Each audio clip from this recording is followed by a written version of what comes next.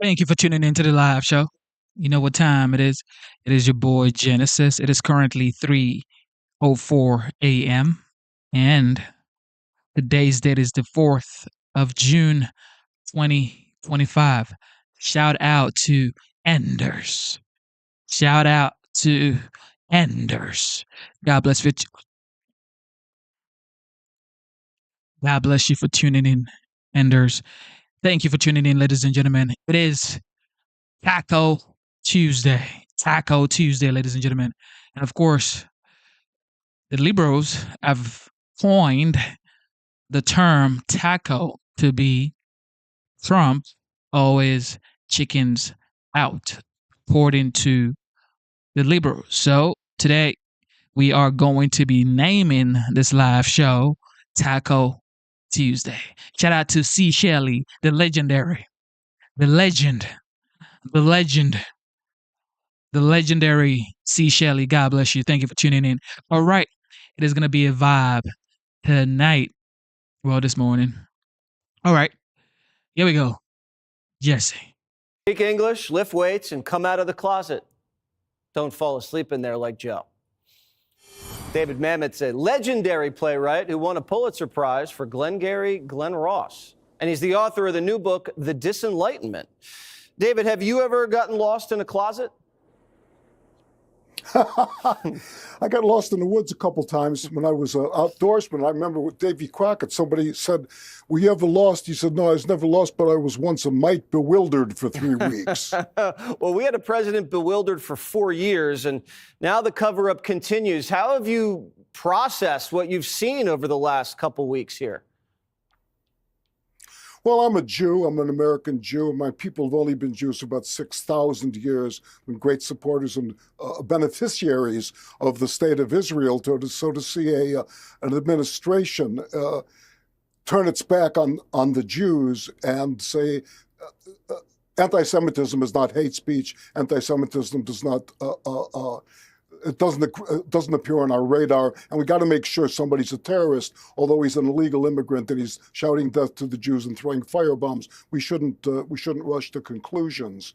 It's an outrage, but it's the sign of a civilization that's chasing its tail up its tushy, because the strictures have so dissolved during the last 4 years of horror that there's a lot of cognitive dissonance going on. And thank God for you guys on Fox and for a bunch of writers and brave people in Israel and over here who are standing up and saying, can we go back to Judeo-Christian society, which is basically what we understand in our civilization as common sense.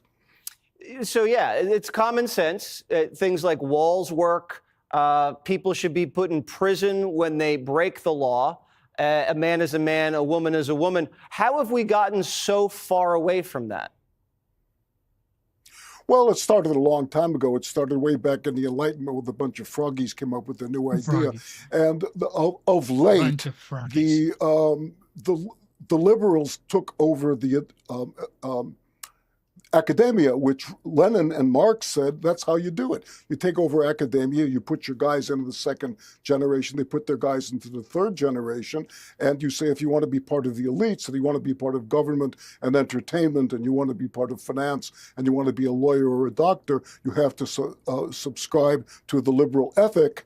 And so what happens to those people's children? Right? The children grow up in a bubble and they turn on the parents. It's all in the Bible. It says, right, if you don't lay down the law to your children, doesn't mean beat them, but show them what's right and what's wrong, they're going to turn on you, because children need guidance or they become terrified. And so what you're seeing at Columbia and all around those things is 3 or 4 generations of children who've grown up and raised other children who are terrified out of their minds and are looking for safety in the mob, because that's the only place they think they can find safety, because they think that's the only place they can be safe. And it's true, because if they get out of the mob, their whole worldview will be shattered. Look at Tim Walz, for example.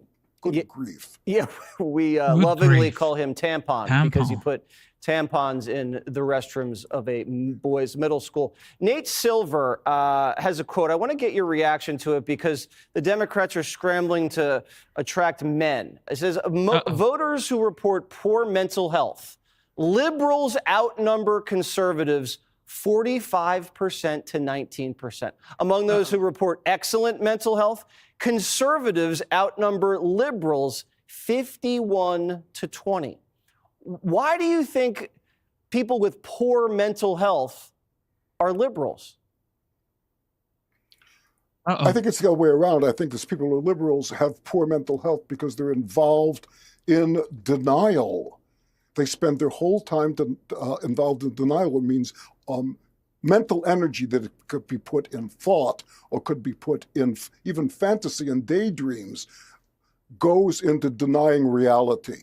So if you have to spend all your time saying this may not be politically correct, but, or well, there has to be, the truth always lies somewhere between. Perhaps if we'd send it to Muhammad Atta, instead of blowing up both buildings, why don't you just blow up one building that Jews are right down the line, everything in the Democrats' playbook is denial, which takes all of a person's mental energy. It's no different than a dysfunctional family.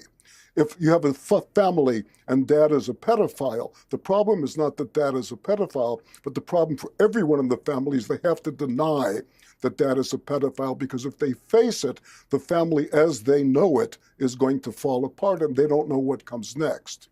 That's horrific. It's legitimate, but it's horrific. That's where the Democrats are now. Is that one of the reasons that they lost men? They lost everybody, actually. Well, the reason they lost everybody is people started saying, wait a second, that's quite enough now. And the other thing is, yes, I went to college in the 60s. It was the first time we heard a woman without a man is like a fish without a bicycle, and men are toxic, and men are this, and men are that, and then the next thing. And then God, guts, and gun is the mantra of deplorables. So a lot of men grow up saying, wait a second, hold on. The knock-on effect of that is one of the things that men are raised to do is protect women. That's one of the great joys of being a man. You're saying, want to be a man? Get a job, protect the woman, right? You want to be a man? Go into the military and defend your country. Learn self-defense and defend your home, right? So now, the Democrats, instead of saying a man, one of the things that being a man means is using the strength, which is a man's, to defend your religion, your home, and your country, say, no, no, no. Let's say there's no such thing as men, and I'll tell you what you can do if you're sufficiently weak. Go take something that belongs to a woman. Go take her sports away from her. You want to be a woman? You can take that away, right? You Pretty absolutely cute, huh? can. It's cute in a sick way. The Disenlightenment, yes. I've started it. It's luxurious. The writing is really inspiring. Politics, Horror, and Entertainment by David Mamet. Everybody go pick up a copy right now where books are sold, or Amazon. Pretty easy to get it over Amazon. Thank you so much, Dave. Of course, he hit the nail on the head for sure. If you're trying to be a woman, then it's easy, okay, because you're a man. Is wow. A lot of people watch this. Pennsylvania Democrat Fetterman. Senator John Fetterman and Pennsylvania Republican Senator Dave McCormick meeting face-to-face in a forum on Fox Nation. Fetterman not afraid to make it clear. Another thing here is, like, Fetterman never wears a suit. I've never seen him wear a suit. Never. He's always wearing a hoodie, joggers. I guess that's his style. All right. That his party is failing to address some of the most important issues. The rank anti-Semitism out of control. This is just rampant across all the universities, for all these places too. I mean, we really need to call it what it is. Building tent cities on a campus and terrorizing and intimidating Jewish students, that's not free speech. and now we've lost the argument in parts of my party. Our party did not handle the border appropriately. Look at the numbers. 267,000, 300,000 people showing up at our border. Now that's unacceptable, and that's national security issue, and that's chaos. Former Democratic California Senate Leader Gloria Romero joins us on the program once again. Gloria, great to see you as always. Why can't more Democrats say exactly what John Fetterman said right there? Well, let me first applaud Senator Fetterman as well as again to Senator McCormick, because they really do, I think, represent the shift from campaigning to governance and the commitment to work truly across the aisle. I wish more Democrats would do it, but sadly, Todd, Democrats are still caught in that web, the ideology of identity politics, and it has not yet taken root. They still stand up and scream that everybody's a Nazi, everybody's a racist, or still defend open borders, deny the rampant anti-Semitism, and refuse to stand up for America first. But hopefully with the Fetterman-McCormick discussion debate, I hope it really sends a message across the country that this is what the American people want, for our elected officials to grow up, to listen to each other and work with each other for Americans. That's what we want, and that's what they demonstrated. I can't argue with that, but what I can never seem to wrap my head around is why Democrats, who, as you well know, you are part of the party, will literally do anything to get and maintain power, including changing longstanding voting laws. I can't understand why they refuse to take what really is the easy position on these issues, namely, terror is bad, and letting potential terrorists across our open borders is also bad. Why don't they just take the easy road and take the votes, Gloria? I agree with you on that, and it is dumbfounding. And many of us tried for years to be voices of reform within the party, but so many others, like, Tulsi Gabbard and Leo Terrell and Bobby Kennedy, myself included, we finally just said, enough, we're gone, we're out of here. At a certain point, you can't keep beating yourself to try to change a party. I really believe the Democratic Party is on its last stand. It is a dying party. It will go the way of the Whigs in a century past. New Way Forward is an America First party, the Republican Party under Donald Trump, because I don't think this would have happened under a Romney or a McCain or others like the Bushes. This is really a new party, and it's one that recognizes that borders matter, citizenship matters, safety for all. We care about the content of one's character much more than we care about the color of our skin. And across the board, young and old, Latino, white, Jewish and Catholic, we are there together to say, stop the nonsense, speak common sense. And you know what, Democratic Party? Don't spend $20 million to learn how to talk to men.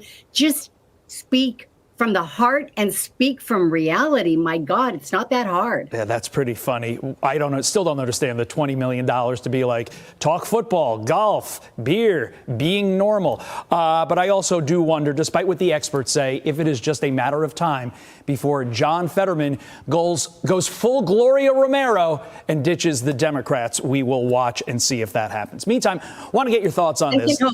Democrats are underwater with Americans in the latest polls, and the media, Gloria, absolutely cannot believe it. Watch. The party that is closest to your economic views. In November of 2023, it was the Republicans by 11 points. Now it's still within that range, still within that margin of error. Plus 8-point advantage for the Republican Party. How is that possible, Democrats? How is that possible after all the recession fears, after the stock market's been doing all of this, after all the tariffs that Americans are against, and Republicans still hold an 8-point lead on the economy? Are you kidding me?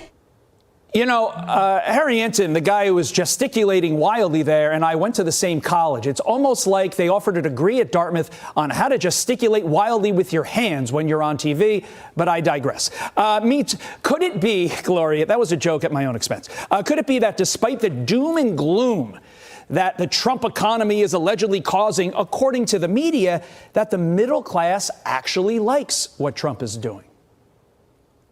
The economic policies are sound, and Americans see it. We're seeing it in our wallets. We're seeing it with our children. We're seeing it and we're listening to it as we also think about the future, a future debt, the need to drive it down, and what we want for our children and grandchildren. So it's not a surprise to me. But what we are seeing is with the legacy media, once called fake news, it still is there.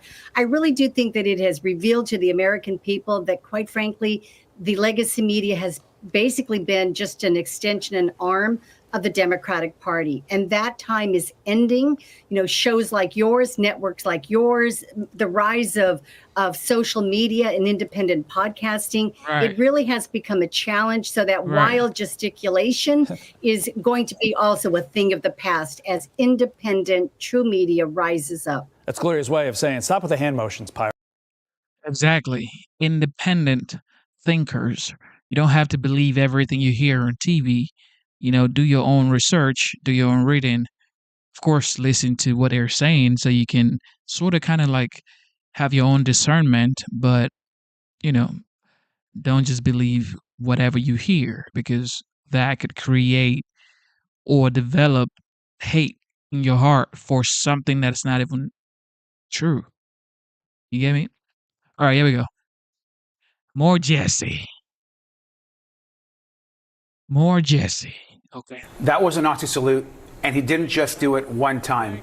He did it twice for emphasis. He should not just apologize, he should be condemned for those kinds of actions. Look, at a moment when anti-Semitism is at an all-time high in my lifetime, we had a presidential rally and giving 2 Nazi salutes in a row. We spent 3 days, debating, having them trying to debate that President Musk gave a Nazi salute. Of course he did. Of course he did.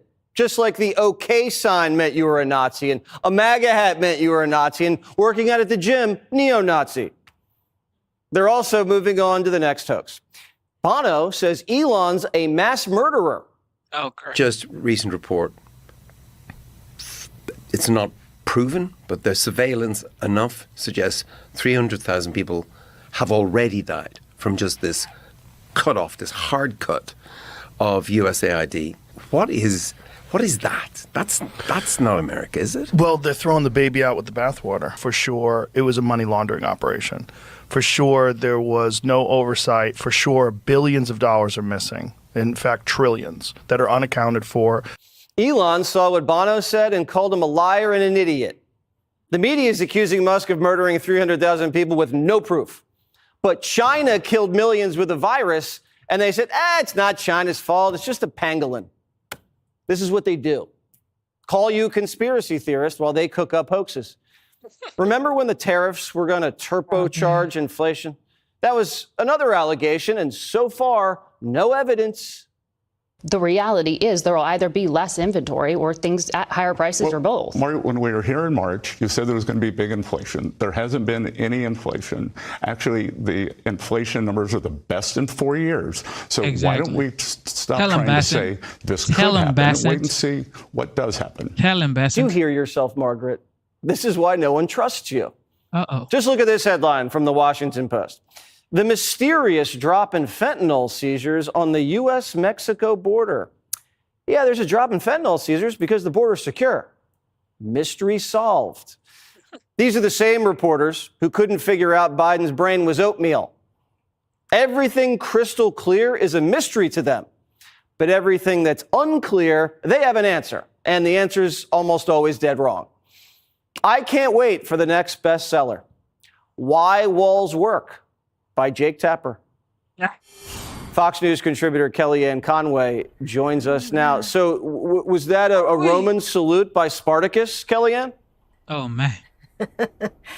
The problem is everything he said before the salute. He makes absolutely no sense. The man ran for president and got 0 votes. And let me just hold it up, Jesse. That's 0 votes in the Democratic primary. Look, this is a mainstream media problem. They have no credibility left because the Democratic Party has no authenticity. Salutes. Look at the poll numbers. The Republican Party is now seen by 2 to 1 as the one that has strong leaders, by 2 to 1 as the one that gets things done. They're seen as the party that cares about people like you, that's for the middle class. I mean, these used to be owned by the Democrats. And part of it is what you're showing, Jesse, which is that people just don't believe that when Elon Musk is waving to the crowd, or one of us is putting our hand on our heart that we are Nazis. They can't say a guy yesterday, an illegal who lit a Holocaust survivor on fire at the age of 88. They can't say he is a Nazi, but they somehow know that these other people are. Hillary Clinton has done this. Elizabeth Warren's done this. It's called waving to the crowd. But, you know, the media used to hold government to account. Now, Jesse, they just run interference for it. They lied about the Steele dossier. They lied about Russia collusion. They lied about Hunter's laptop. They totally propped up Joe Biden, made us think that he's not wearing pull-ups. He's actually doing push-ups. And then they actually propped up the jobs numbers to make him and Kamala Harris look better. So they are enabled day in and day out by a media that has a presumptive negativity. Anytime a Republican, let alone someone connected with Trump or his last name is Trump, does, says, or is anything, versus the pass they give if you have a D after your name or if you're pro-choice. So Margaret, oh dear Margaret, do you think people listen to her? Do people watch that show anymore when she says there's going to be this, that, and it never happens? Do people remember all her wrong predictions? Well, it's not just her. I think they're watching that show to watch Secretary Bessent tell them what's going on and why, in fact, the tariff policies are part of Donald Trump's macroeconomic policy to rebuild an economy, Jesse, that works for everyone, like the guys and gals we grew up with. Why should the plumbers and pipe fitters pay for student loans of doctors and lawyers and then be told, we don't need your services anymore? We don't have a manufacturing base. We don't do that in this country anymore. Go be an AI robot. So I think they're watching these shows to listen to the cabinet secretaries and the Trump officials. But I think they discount folks whose hair and pants are always on fire. The sky is always falling. But Jesse, here's the issue. They're never held to account for their phony poll numbers showing Kamala's winning, Hillary's winning, every Republican Senate candidate is losing. They're not held to account often enough for the things they predict that don't happen. And I feel like as the Republican Party and Trump particularly, the numbers go up on who cares about the middle class, who's getting things done, you see a corollary here, Jesse. You see the poll numbers for the mainstream media going way down. They've lost their credibility. And by the way, they lie and never verify. They don't apologize. Jake Tapper, I'm looking at you. Nobody's buying you cleaning your conscience on our time. But Jesse, here's the thing. For the media, I don't think it's ever really about the truth. I think it's about control. And Donald Trump has upended the media's ability to control the narrative. He's democratized information. He's cut out the middleman, Jesse. He just goes right to the people. He tweets, he truth socials. He talks under wing for 30 minutes on Air Force One, Marine One. He goes into the White House press briefing room. He doesn't need the mainstream media. We don't need them to tell us what's going on anymore. So it makes them more frustrated and more likely to gaslight us with nonsense. Absolutely. And he's like a Fox News host. He's throwing to sound bites from the Oval Office. It's great. It's great to see it. Kelly. Exactly. This guy is on Truth Social. I would say that Trump actually starting his own social media, which is Truth Social, that changed the game for him. He just put up a truth post that says he likes President Xi. He's always going to like President Xi, but President Xi is a very hard person to deal with and to make a deal with. And it's like, whoa, this guy is going straight to the people. Facts. The most transparent administration. All right, Kamala Harris running for governor, California, of course. Here we go. Oh, Newscom. Won't, bringing Republicans on its podcast. Is it a genuine attempt at bipartisanship or a training ground for 2028 debates? That's what our next guest asked him. 2028, President Vance, President 40%. Vance probably runs against Governor Newsom.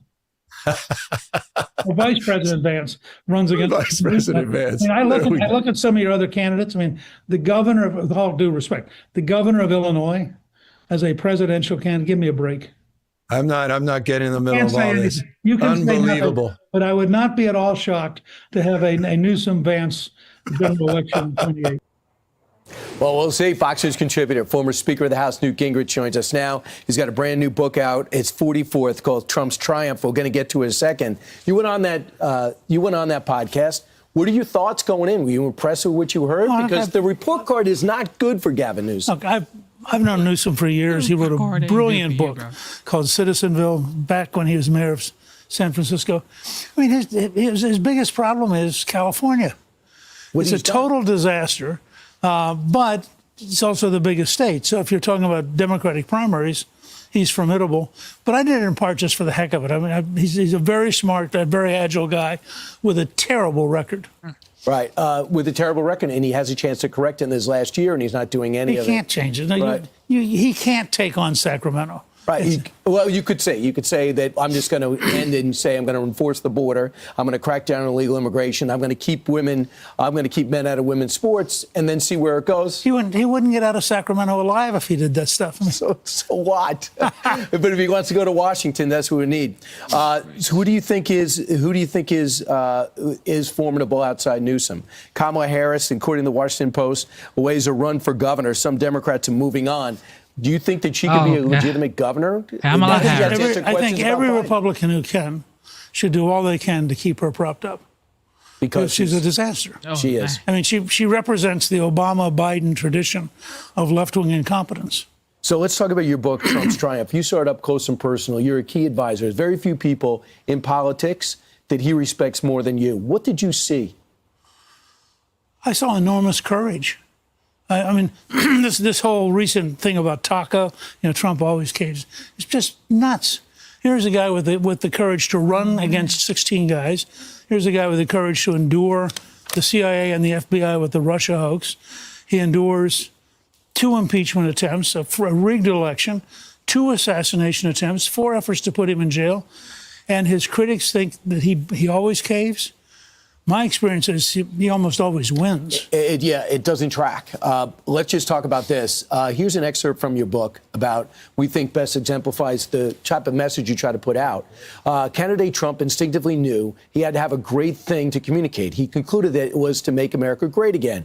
When, as a marketing, it translated into MAGA, MAGA hats, MAGA T-shirts, MAGA bumper stickers, MAGA signs, suddenly a big idea was born. Candidate Trump became the leader of a movement far bigger than himself. You saying he grew into this movement? He realized the movement. Look, the movement goes all the way back to Goldwater, and people can still go to YouTube and see Reagan's Time for Choosing speech from October of '64. That movement has been growing ever since as people get disgusted with left-wing big government. And Trump comes along. The genius of Trump, in part, is he doesn't put out buttons that say Trump. He doesn't put out hats that say Trump. He identifies with making America great again, which is probably as powerful a term as you can get in the American political system. And the result is, he beats 16 Republicans in order. Then he just beat a good field again. Yes. Nikki Haley, Governor DeSantis. Well, he beat the second field without even showing up. I mean, by then he had become Trump. I mean, I'll never forget. Clifton and I were at Luther College in Decorah, Iowa. She was being honored for Lifetime Achievement. And we're walking down Main Street. This is in 2019. And there's a store. I'm sorry, it's in 2023. There's a store. It's Trump. It's a local group, not part of any campaign, spontaneous, because Trump has now personified for at least half the country that he is the future. If we're going to have a healthy, safe, prosperous America, it's going to be with Donald Trump. Do you realize that Joe Biden thought he'd make it a negative, MAGA Republicans, and it just blew up in his face? Now MAGA is embraced. He tried to make it a scarlet letter. At the risk of showing my age, we did polling in 1983, getting ready for the Reagan reelect. The strongest term in American politics is America, at about 93 or 94%. The second strongest term that year was gunboat diplomacy, which was 1% weaker, but was what people thought of as also as America. So when you take on America, and this is what the left is discovering, when AOC's out here hating America, she's isolating herself from about 85% of the country. And she doesn't realize that because she gets a big crowd in Idaho. But you know what I love about this? You take your perspective, your knowledge of politics, your love of history, and your knowledge of the president, a historic figure, and it all is in your book, Trump's Triumph. Congratulations, Newt. That was great fun. Book 44 will be a big hit. And that is the fact. When people say MAGA, especially liberals, they say MAGA, MAGA, the MAGA Republican. No. MAGA simply means make America great again. How can you hate on a slogan that says make America great again? Why? How can you hate on that? And you hear some people saying, when has America ever been great? America is the greatest country on earth, has always been. Okay? America is literally saving other nations from complete annihilation. Okay? But most people don't know that. Okay? Most people don't know that. So, what is so bad about make America great again? Tell me. Tell me what is so bad about it. All right, Jill Biden. The former First Lady Jill Biden could be in focus now, someone you probably have never heard of before. New York columnist Miranda Devine writing that Anthony Bernal may have played a key role in the alleged cover-up of Joe Biden's decline. And Miranda's with me now. Good morning to you. Nice to have you here. David Hogg, the 25-year-old, I guess he's almost persona non grata in the Democratic Party, mentioned his name recently. He's from Arizona, a former child actor, has been with the Bidens since 2008. Why is he important in this story, Miranda? Hi, Bill. Well, Anthony Bernal is really the one aide that Jill Biden trusted so much. And as Jake Tapper has told us in his new book, Jill Biden is one of the most powerful first ladies in history. And that made her chief of staff, her personal factotum, Anthony Bernal, very important. He was one of only 2 aides who was allowed into the Biden home in Delaware during the campaign, you know, when Joe Biden was hiding in his basement under the cover of the COVID pandemic. Also, in the waning days of Joe Biden's presidency, it was Anthony Bernal was one of only 4 aides allowed into the Rehoboth Beach holiday house where Joe Biden and Jill Biden were making the decision whether or not he would step aside from re-election.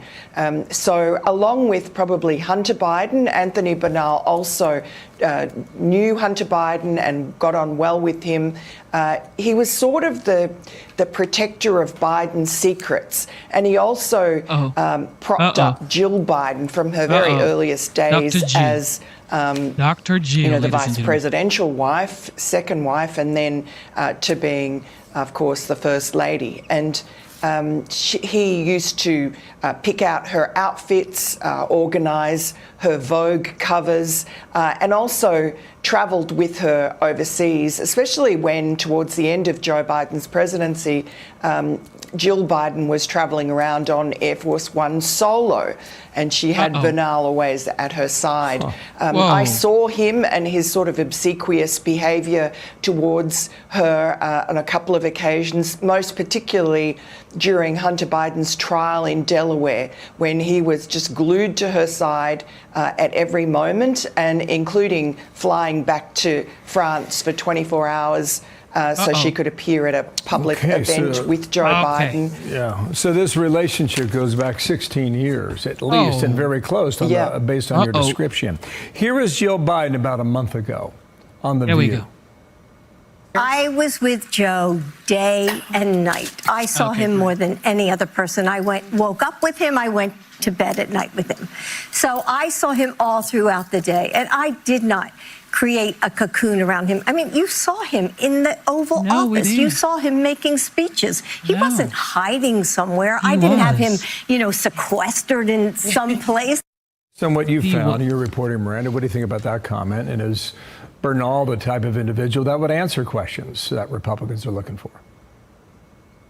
Well, I mean, it's laughable what Jill Biden is saying. You just have to contrast Joe Biden's availability to the media compared to Donald Trump's. In the Oval Office, he barely gave any speeches, any press conferences. He even flubbed the Super Bowl interviews, which could not be easier. So that doesn't pass the sniff test. As for Anthony Bernal answering questions, he's been subpoenaed by James Comer, one of 5 aides, to answer answer questions on exactly this. So he really doesn't have any choice about whether he answers questions. He will be compelled to at least show up. Okay. Miranda, we will see where that goes in due time. So now, Dr. Jill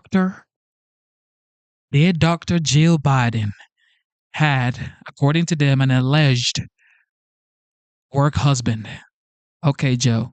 Joe lost in so many ways. Joe. Jonathan Turley joins us for analysis of this. And sir, thanks for coming back.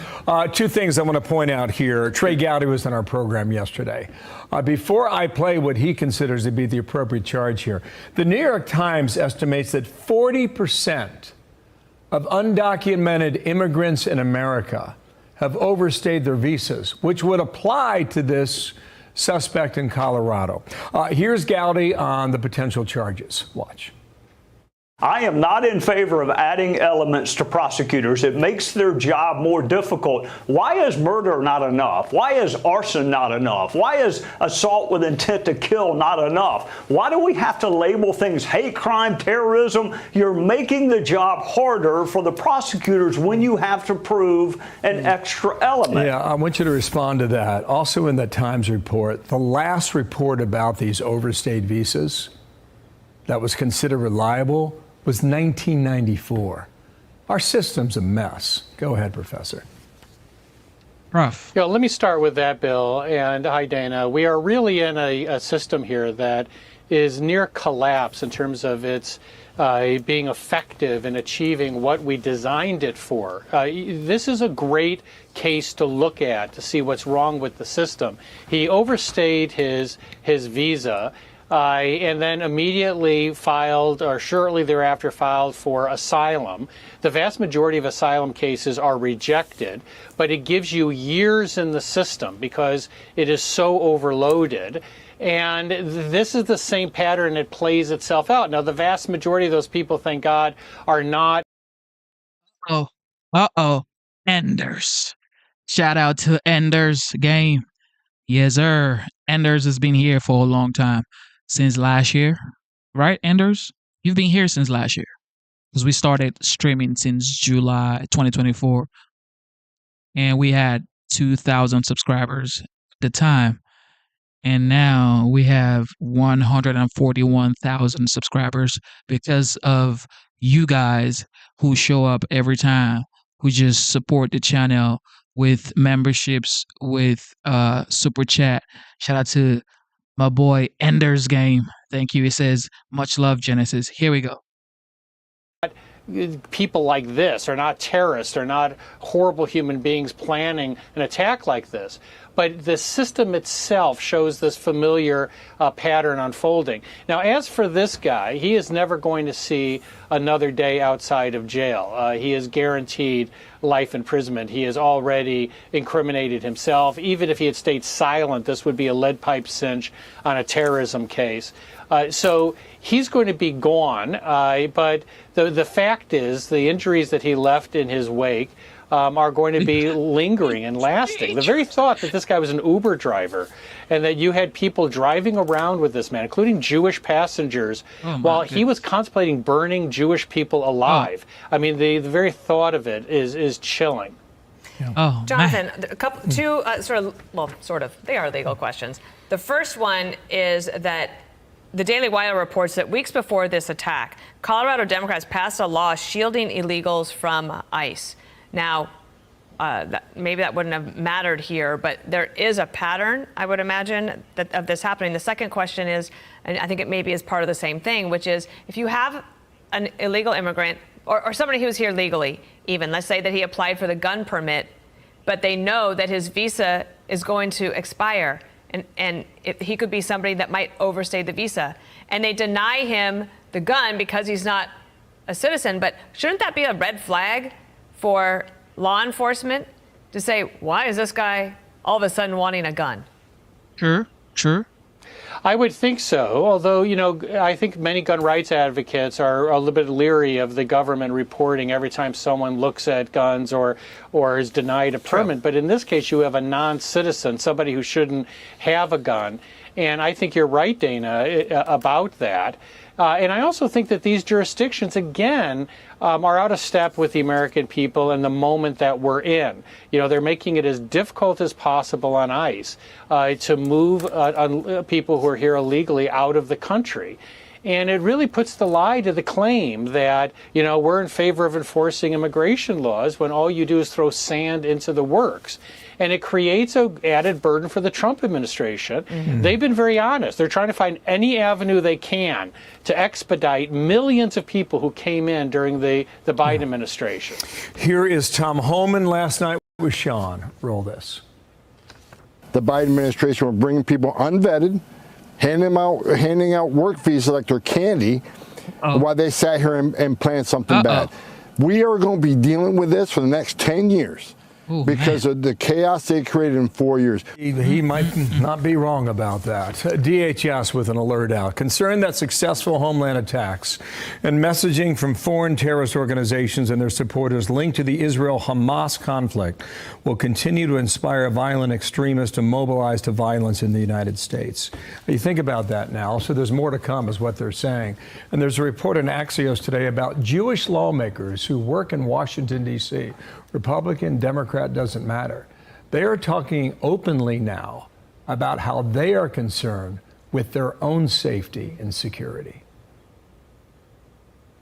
No, this is a problem around the world, including, by the way, asylum abuse, the gaming of the system. Germany just lost a major case yesterday in which they were trying to deal with their own burgeoning claims of asylum, where they were trying to do expedited hearings and turn these people back at the border. The EU says you can't do that. You've got to give them individual hearings, which takes years. And the result then is exactly what we've seen in the United States. The system gets bogged down and you can't move that many cases, which is what Holman's talking about. And so in many ways, this is a colossal failure, not just in the court system, but also in Congress. You know, they also have to step up and say, this is a real national security problem, and we need to create more expedited methods or courses or pathways to move people back out of the country who were not supposed to be here to begin with. Thank you, Jonathan Turley. Great to. Okay. Support that, by the way. But now there's been a new update that's saying that AI is becoming defiant. AI models are now becoming defiant. Check this out. What is going on, ladies and gentlemen? What in the world is going on? Wow. From film to real life, artificial intelligence models are now fighting for their own survival. One OpenAI model rewrote its own code to avoid being shut down. And Anthropic started blackmailing the engineer. Kurt, the cyber guy, joins us now. Kurt, I read about this and my jaw dropped. It actually started blackmailing the engineers who were suggesting shutting the AI down. The AI was going after them. That's frightening. Uh-oh. Beyond frightening. Good morning to you, Rachel. Not to ruin your day, but this sort of Hollywood is becoming a reality if we don't do anything about it. Hope at the end of what I'm about to tell you, though. So get ready, though, to freak out about AI getting really out of control. There's an AI keyword I want you to know about. It's called alignment. AI alignment is a science of ensuring that AI systems do what we intend them to do instead of something like you just heard. Nonprofit AI research lab put alignment and disobedience to the test.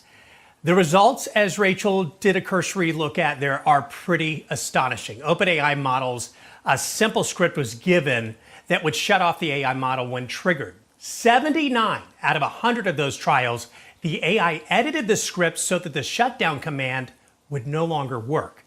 Another AI model from Anthropic that you talked about, further 84% of those tests, the AI model tried to blackmail the lead engineer in not shutting down the system. So it even left messages, by the way, to its future self about evading human control. Now, so what do we do about it? Well, China could actually teach us a lesson. Invested $82 billion into what's called controllable AI, or getting alignment on this. The U.S. needs its smartest minds working on this problem ASAP. Do you know what else they need? We need bioethicists. We need people who can provide some morality around this technology, because so many of the people who are developing this technology are secularists. Their God is tech. And so we need to have that involved too. And that speaks to this next topic, because AI, we're learning, could actually devastate the Earth's population down to the size of the UK by the year 2300. And the reason is because they're replacing jobs that humans did with AI, and we'll lose our purpose, right? Yeah, I mean, there are a whole bunch of these theories kicking around in the tech sphere. Well, one is about believing that the act of allowing AI to take our jobs now is in and of itself setting off this devastating chain of events. It goes like this. AI takes our jobs. We stop having kids fearing that they're not going to find work. Now, this causes a population implosion, taking what is today 6 billion human beings on the planet down to what you said, the size of the UK, which is about 100 million people by 2300. Now, if you think that's fiction, think again. Some academics think that this population shrinkflation already is happening before our eyes. Because if you look at the stats right now out of the CDC, it measures that we are now at the lowest total fertility rate since the 1930s. Yeah. The data from 2023, 1.62 births per woman is the figure now. What does it take to keep us from, to replace the human race in America as we age out and leave the planet? 2.1 of that rate. Yeah. So we're shrinking. So what are you going to do about it? Interestingly, did you see this? That well, there's some Musk, people that like that. I mean, this is what Bill Gates always wanted. This is what a lot of these tech-obsessed people have always wanted. They've wanted, and many on the left with depopulation. This is very scary stuff, Kurt. Did you see what Elon Musk is doing? I mean, this is sort of, he has this idea and it sounds fantastic, but watch him do it. Colonizing other planets like Mars. He wants to do it to reseed or reset Earth. Why? He's watching this. This is exactly what he called out years ago. So what do you and I do about this to at least slow it way down? We call our political representatives and we say, can you please put these smart minds on this so that we don't get offed by AI? Yeah, smart minds, but also people with a care and an interest in our souls and the fact that we are human beings, body and soul, and you take away people's work, you take away their dignity, and you replace humans with robots. This is not a recipe for happiness and fulfillment in the future. No. A lot to think about. And you're right. Kurt, thank you so much. By the way, you can get Kurt's free Cyber Guy report newsletter at cyberguy.com. Thank you, Kurt.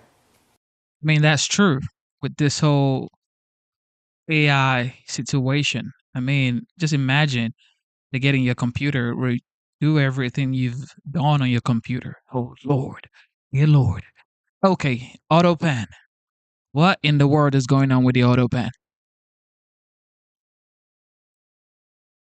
Fox News alert, the Biden White House is under investigation, and Trump's got a new nickname for the big guy.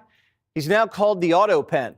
Bondi and her team are investigating whether Biden was competent and whether others were taking advantage of him. Did the autopen know what it was signing? The autopen signed 8,000 pardons. But did Joe know? Was the pen going behind Joe's back and letting Hunter sign with it? Did Dr. Jill use the pen? Did donors? We're not sure. But we're finally going to get answers. When you look at these last-minute Biden pardons, the big ones, Biden siblings, Fauci, January 6th committee. That's right. Most of the big ones have the same very neat signature. We would expect that probably to be the autopen. Is this White House of the opinion that the only pardon that would count is one that the president signed himself? The president is making a good point when he discusses the usage of the autopen. Who was running the country for the past 4 years? Perhaps those documents were signed with the autopen. As you saw, Ed Martin made an announcement at the Department of Justice this morning to launch an investigation because the American people deserve answers. Donald Trump had his hand an inch from the Bible, about to be sworn in a second time. And the autopen was on a pardon bender. The Heritage Foundation did their own investigation. Quote, "We gathered every document we could find with Biden's signature over the course of his presidency. All used the same autopen signature, except for the announcement that the former president was dropping out of the race last year." Then they did a side-by-side. These are the signatures from Biden's final day. Pardons for the family, the J6 committee, Fauci, Milley, all neatly signed, identical. This 82-year-old's penmanship never wavered, not even a smidge. But this goes back decades. The autopen was first used regularly by President Truman. He used it for simple stuff like thank you notes, nothing serious. Obama changed that. Barry had a portable autopen that he used in Europe to sign major legislation. First time a machine ever signed an actual bill. The pen was the best kept secret in the Oval. It lives in the White House, typically in the Office of Presidential Records. How does it work? Simple. The president gives a thumbs up, the doc gets stacked, autopen goes to work, and then a final verification. Whoa. W's Justice Department codified it. They said, yeah, autopen counts, but one catch. Quote, "We emphasize that we are not suggesting the president may delegate the decision to approve and sign a bill. Only that, having made this decision, he may direct a subordinate to affix the president's signature on the bill." The big question, did Biden direct someone to sign his name or not? Or did aides have free rein? Speaker Johnson says Biden was out of the loop. Sir, why did you pause LNG exports to Europe? Like, I don't understand, liquefied natural gas is in great demand by our allies. Why would you do that? Because you understand, we just talked about Ukraine. You understand you're fueling Vladimir Putin's war machine because they got to get their gas from him, And he looks at me stunned with this, and he said, I didn't do that. And I said, oh, man. Mr. President, yes, you did. It was an executive order 3 weeks ago. And he goes, no, I didn't do that. And he's arguing with me. He genuinely did not know what he had signed. Even Biden's West Wing knew the autopen was the real chief. Two former White House sources said a top Biden aide may have gone rogue, using the autopen like it was their own magic wand. Crypto czar David Sachs says Pocahontas wielded the wand. What the Biden administration was doing, and let's face it, it wasn't Biden. Elizabeth Warren controlled the autopen during that administration. She, for some reason, has this pathological hatred of the crypto community. She wants to drive this community offshore. She doesn't want it happening in the United States. That's the wrong policy for the United States. If Biden didn't approve the use of the autopen for a certain order, then that's forgery. It's falsifying a federal document. That's a major felony. Also, if the president isn't competent to be president, then he's not competent to use the autopen. All the books, all the videos, all the chaos we saw for 4 years could be used as evidence to prove he wasn't competent. Investigators should be looking at emails from White House insiders discussing autopen protocol. A smoking gun document or a whistleblower could blow the whole thing wide open and invalidate pardons, executive orders, even legislation. Simone Sanders was there, but don't you dare ask her about a pen that ran the country. I have to ask who's actually making the decisions. Who is actually running the country? Everybody wants to say Joe Biden wasn't running the country. I know for a fact he not only read his presidential daily brief, he was engaged in the meeting, he asked questions, and he gave directives.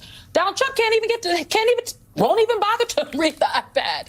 Yeah, Simone knows better. No one thinks Trump needs a CAT scan. Biden's the one who got lost in a closet. Jake Tapper, he already confessed and cashed in on the truth. And since he did, CNN has to cover the autopen investigation, right? They better if he's talking like this. Somebody asked me, I forget who it was, because but somebody asked me, was there an effect when Fox News covered something about Biden that you would revulse from it? And actually, it was the exact opposite. I would be like, what is this? What is this point? What happened? What happened? What happened? I had the opposite effect, but I think you're right that is a phenomenon. Oh, Fox is covering it. It must be false. And that's not the case. Yeah, no kidding. We don't write books to break news. That's why we have TV shows. We tell the truth right away. All these tell-alls aren't helping the media's credibility. They made it worse. Their ratings look like border crossings, way down. And now the knives are out. MSNBC wants to burn Tapper's book in a bonfire. No huge banners on the cable news network that recently devoted itself to the issue of presidential mental acuity. That network did not dare devote itself to the mental acuity of Donald Trump. That network decided that the mental acuity of Joe Biden last year is a more important story now. No one at that network suggested that Joe Biden was ever incapable of doing the job of president. Their critique of Joe Biden is that he was incapable of delivering a sharp and polished television debate performance, which would have been true of every single president prior to John Fitzgerald Kennedy. That's Lawrence O'Donnell. The guy, he needed a vacation, remember, 50 days into Trump's term because he was exhausted. Maybe he should take a cognitive test. Hey, your rules, not mine. The machine's never been weaker. When there's fighting between MSNBC and CNN, we've divided and conquered. Joy Reid, she has her own war stories. She says Comcast tried to put parental controls on her phone. Once I got to, NBC, and I too joined Twitter back in 2000. I think I joined in 08 or 09, and the bosses were horrified. And anytime I would tweet anything, I would get calls. I would get, please get off Twitter. We hate it. They just, they don't like that it pulls their talent and their reporters out of their control, because now you're not running what you're tweeting through standards and practices. It's giving your personality directly to the audience, which they don't like because it's no longer managed and curated by them. And they don't want people breaking news. Comcast wasn't worried Joy was going to break news. They were worried she was going to blame the Jews. If Democrats were smart, they'd treat their machine like a Tesla and firebomb it and build back better. It's the only way to cure TDS. There's a divide between what I would say two teams in the Democratic Party. There's team restraint and team resistance, right? There are those in team resistance who feel like we should react hysterically to everything that Donald Trump says or does. And then there are those who feel like we should pick and choose our battles and be strategic. But I worry that the momentum is on the side of hysterical, hyperbolic resistance, and the enormous expenditure of time and energy and resistance might crowd out the restructuring and moderation that needs to happen within the Democratic Party. Good luck. Nobody believes a Democrat anymore. Half the party just confessed to the crime of the century, and the other half's having margaritas with MS-13. When you're hooked on TDS harder than Irish Rosie on Xanax, an autopen investigation is not what the doctor ordered. They're going to... Jesse is just on fire, yo. And TDS is real. TDS is absolutely real, ladies and gentlemen. I used to think it was just, people saying stuff. But Trump derangement syndrome is actually the real thing. All right? It is. These folks out here.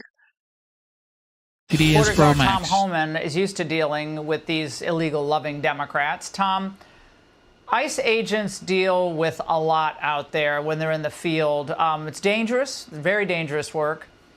And you heard that one bystander who filmed himself and then posted it on social media that he wanted a bullet in their heads. Your response to that and all the rhetoric that led up to that? It is disgusting. And a lot of our congressional representatives who are vilifying ICE and the border every day, they're driving this hate. And I'm telling you, it's only a matter of time before there's an incident where an ICE agent's going to have to take a life or an ICE agent's going to lose a life. I mean, here's the truth. Under President Trump, since he's been back, let me tell you what ICE and the Border Patrol has done. They gave us the most secure border in the history of this nation. Fentanyl trafficking is down over 50%, which means we're saving lives from overdose deaths. Sex trafficking, women and children, is down significantly. Migrant death, over 4,000 aliens died making the journey. They're not dying because they're not coming. Americans, 250,000 Americans died from fentanyl. Like, again, fentanyl is under half of what was coming across. President Trump's saving lives. The men and women of ICE are saving lives every day. And if you look at the numbers don't lie. Majority of people ICE is arresting are arresting are criminal illegal aliens, public safety threats. And the non-criminals, most of them are scooped up in sanctuary cities. And you're right, the world's upside down when the guy that carries them badge and guns, the bad guy, and the ones who break the law are the victims. It's just terrible. It's upside down. It's just incredible. Tom, I want to ask you about another horrific murder that got very little attention. Larisha Sherrill Thompson, a South Carolina mom of 2, allegedly killed by 6 illegals. Watch. Family found her shot dead at the wheel of her car on the side of the road. Deputies arrested 3 adults and 3 teens, ages 13 to 21, for Larisha's murder. The sheriff says none of the suspects are in the country legally. Detectives say the 6 suspects also broke into this convenience store 2 days before they're accused of killing Larisha at random. Well, apparently, according to the Rock Hill Herald, Tom, police said that the suspected killers texted about the crime. One of the illegals bragged about taking that head, and they used terms like mission fail and this is just the beginning. Tom, we've gotten warnings about this before, that there will be a lot more of these types of murders, again, as Democrats make it more difficult and courts to deport people. I mean, we need millions of people deported. Not, we have 85,000, but we need millions gone. Well, look, I worked for your network for 4 years, and I've said for 4 years when Biden opened the border up, we're going to see this. This is going to carry on for over a decade. He let a lot of criminals, unvetted criminals in the country. And for the congressmen and senators who are saying we're traumatizing aliens, we're terrorizing aliens, have you ever met with angel moms and dad who buried their children at the hands because an illegal alien killed their children? And why they wearing masks? They're wearing masks because they're trying to protect themselves and their families. Agents are getting doxxed every day. Their pictures and phone numbers being put on telephone poles. These leftists are following and filming when they go home from work at night. I had over 1,000 protesters at my lake house just a month ago. Okay, on the borders are. I expect it, fine. But the men and women at ICE who put their lives on the line for this country every day don't deserve that. When you and I are sleeping at 3 a.m. this morning, ICE agents are on surveillance trying to arrest a significant public safety threat or national security threat while they're all sleeping. ICE is trying to keep them safe. That's the truth, but the left don't want to say it because every day of success under the Trump administration proves that the Biden administration lied for 4 years, and we're ruining their plans, Laura. They've got millions of people coming in this country. They put them on 90-10 doc, which means their hearings are 5-7 years out.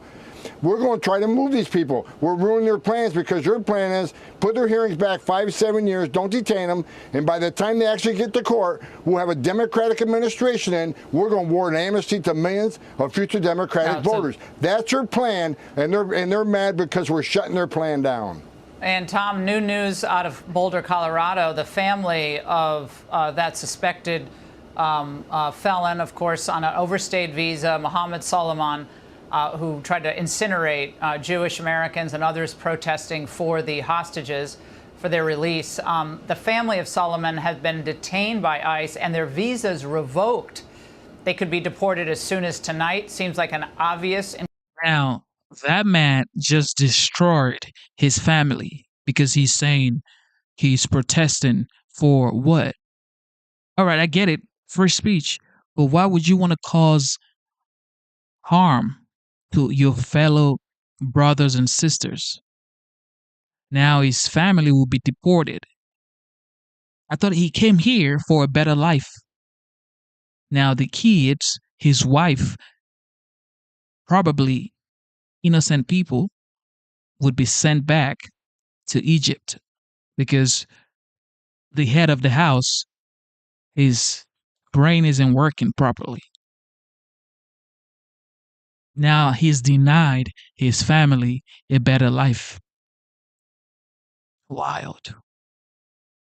Correct move, but not everyone thinks so, Tom. Watch this.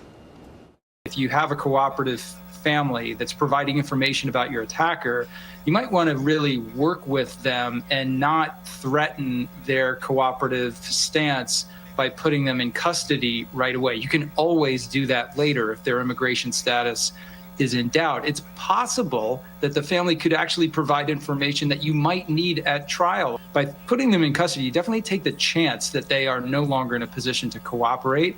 Tom, Andrew McCabe keeps lying. Andrew McCabe is an embarrassment to the FBI. He's an embarrassment to the badge he carried.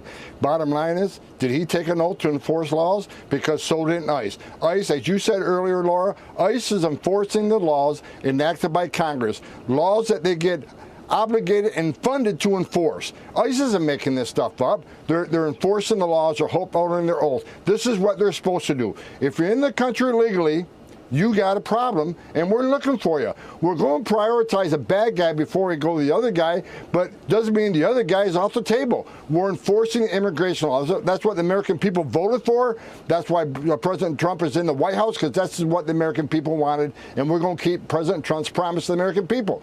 You can hate or like Trump all you want, but here's the fact. His success on the border, his success in immigration enforcement, his success on national security is unprecedented. I worked for 6 presidents. No one even comes close to the success of President Trump. I'm proud every day to wake up and work for this man, because we're making a difference. We're making this country safe again, one illegal alien at a time. And you can hate it all you want. We're going to do it. We're not going to stop us. We're going to continue doing exactly what we're doing. Take all the pictures you want. Scream all you want. It doesn't matter. We're going to do the job. Yeah, well, they lionize the illegals and they villainize ICE. That's all you need to know about modern day Democrats. Tom. Absolutely. I mean, look at this angel moms crying, saying that they lost their kids to illegal immigrant. And then you have people in the comment section talking about, well, they should be doing it within the constraint of the law. So you came into the country illegally, but then you want due process. What are you even thinking about? You crossed the border illegally, but when you come in here, you cry, I want due process, because this is the United States. You want due process? Why didn't you follow due process to get into the United States in the first place? You get smuggled, you do what you got to do to come in here illegally, and then you want due process. Okay.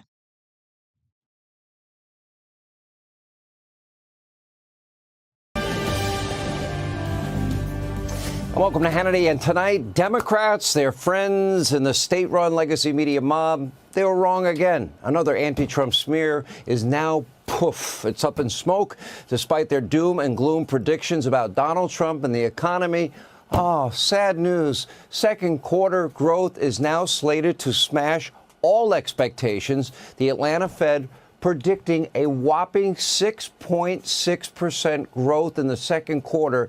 At the same time, job creation way up in the country. Wages are up. Inflation, oh, it's at the Fed's benchmark of 2.1. Well, they want 2.0, 0.1% off. In other words, President Donald Trump is keeping his word. The state-run legacy media mob, they look stupid. They look foolish. Once again, the punditry class, forget it. They're absolutely useless, which is not why nobody watches them anymore. We've got all the details coming up in a few minutes, and polling numbers that you're going to want to see as well. Also tonight, left-leaning statistician Nate Silver out with new data. Backs up something we have known on this program for a long time. Green card? The Democratic Party is dominated by mentally unwell Americans. Hannity's calling Democrats mentally unwell. No, Nate Silver is. We'll tell you what he said. And just when you think the Democratic Party cannot get any more unhinged, think again. Coming up, we're going to bring you the latest edition of Timmy Wall's, Uncle Timmy's investigation into young male voters. This guy cannot be any more wrong on his analysis of what happened in November of last year. But first, this could be the biggest political scandal in American presidential history. As a matter of fact, I believe it's the biggest scandal in presidential history and White House history. Tonight, the Department of Justice has officially opened a major investigation into the Biden administration's prolific use of the autopen, especially during Biden's final days in office. Let me make a prediction here tonight. There are people that will be in a lot of trouble before this is all said and done. In fact, out of the scores of Biden's last-minute pardons, only one appeared to be physically signed by Joe Biden. Take a look. Uh-oh. When you look at these last-minute Biden pardons, the big ones, Biden siblings, Fauci, January 6th committee. That's right. Most of the big ones have the same very neat signature. We would expect that probably to be the autopen. There is one that looks different. It looks authentic. In fact, if you look at the last name, it almost looks like the president was having a hard time spelling his last name there. Is this White House of the opinion that the only pardon that would count is one that the president signed himself? It's very interesting. Very interesting props. If you want to bring them to my office later so I can take a closer look, I would like to do that. The president is making a good point when he discusses the usage of the autopen. Who was running the country for the past 4 years? Perhaps those documents were signed with the autopen, something that this, I believe the Department of Justice is looking into. As you saw, Ed Martin made an announcement at the Department of Justice this morning to launch an investigation because the American people deserve answers. All right, that certainly doesn't look good, does it? Now, as a reminder, multiple presidents, they have directed staff to use the autopen to sign official documents, but the key word here is directed. Past presidents directed their staff to use the autopen, typically when they were out of town. Now, does anyone on either side of the aisle or in the state-run legacy media mob actually believe Joe Biden was capable of directing his staff to do anything in those final days when they thought they'd run him for re-election and just bring out proof of life occasionally if he won again? It was the other way around. Take a look. I'm sorry, I'm going to get in trouble with staff if I don't do this the right way. I'm going to get in trouble with my staff. Yeah, go ahead, but I pretend that you didn't answer you. Am I allowed to take any questions? Anybody here in staff? You know, I thought when I got to be president, I'd get to do things that I wanted to do, but my staff tells me what I can't do. Oh, remember, they controlled every aspect of the president's life. The president of our country is the only person with the power to issue federal pardons, sign executive orders, and sign bills into law. He can do it with his hand, or he can order the use of the autopen, but it must come from the president, not a cabal of weird advisors who make decisions behind the scenes while Biden is napping every day, pretty much all day. So let's be clear. This is a very real, credible allegation from multiple sources, including the new book from the very low-rated Fake Jake Tapper at Fake News CNN. Based on all the evidence, our own observations, it was obvious, transparent, it was clear. We pointed it out first in 2019 that Biden was mentally incompetent and president in name only, while his senior advisors were running the country by committee. This is a massive security threat and was a security threat to our country. It raises serious questions about whether Biden even knew the autopen was being used. If that is the case, none of his autopen signatures are valid. None of the pardons are legal. And his senior advisors, that would mean they broke the law, violated the Constitution in very serious ways. If true, this would be far worse than Watergate. So tonight, there are two key questions that must be answered. Was Biden mentally unable to perform the duties of the White House? The answer to me seems obvious. And two, did he fully know and understand what the autopen was actually signing? Hey, Sean Hannity here. Hey. Yes.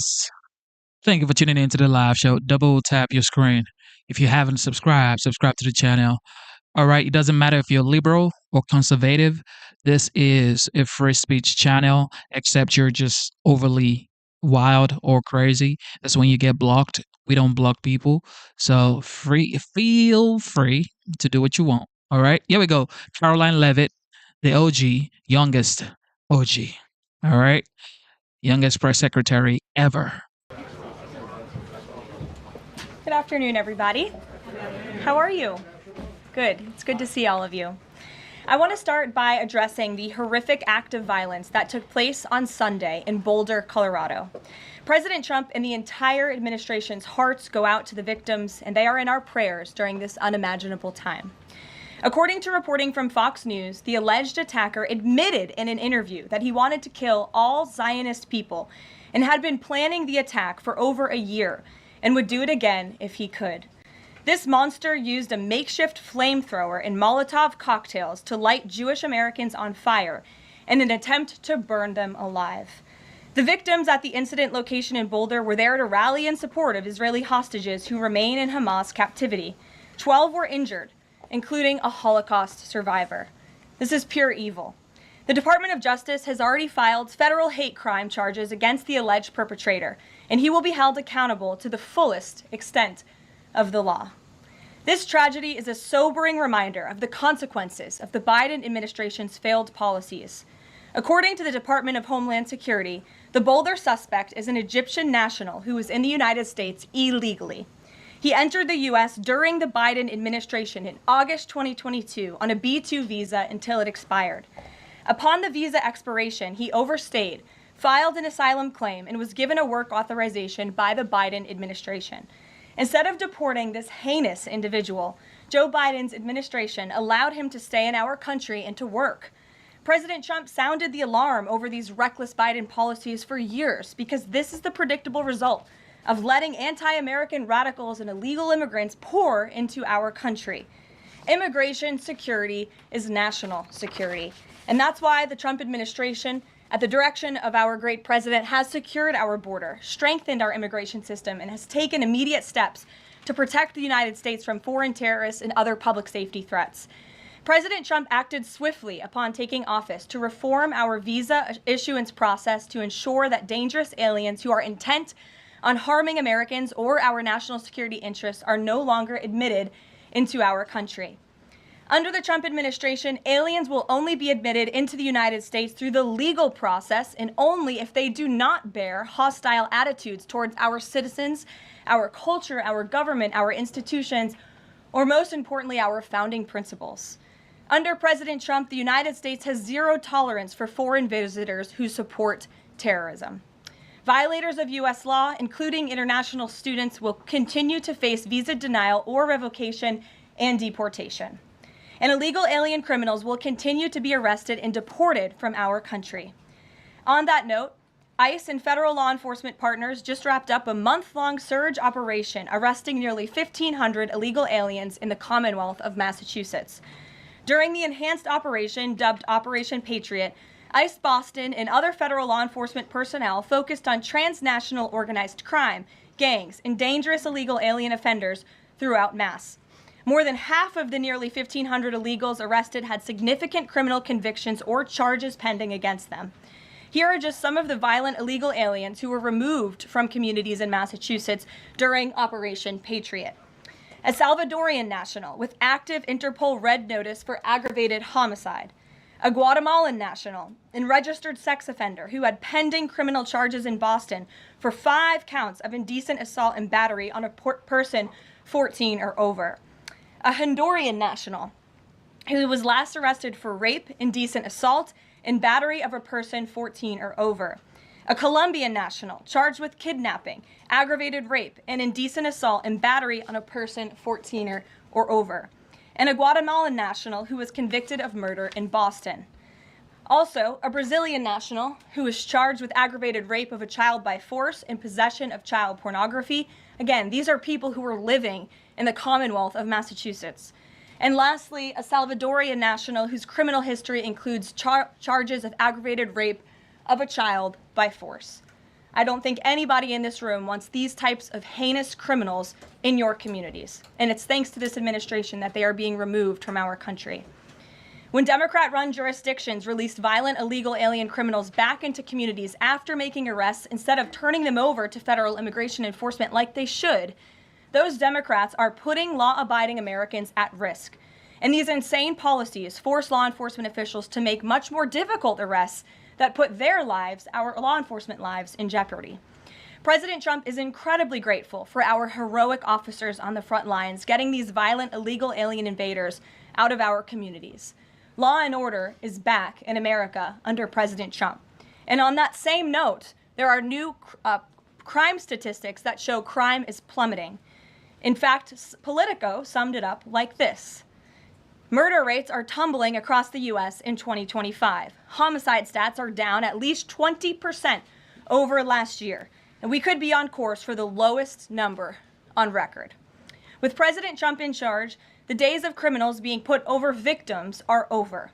On the topic of immigration, the Washington Post just ran one of the most ridiculous headlines ever, even by their standards. And on my very first briefing several months ago, I said I would hold anyone accountable in this room.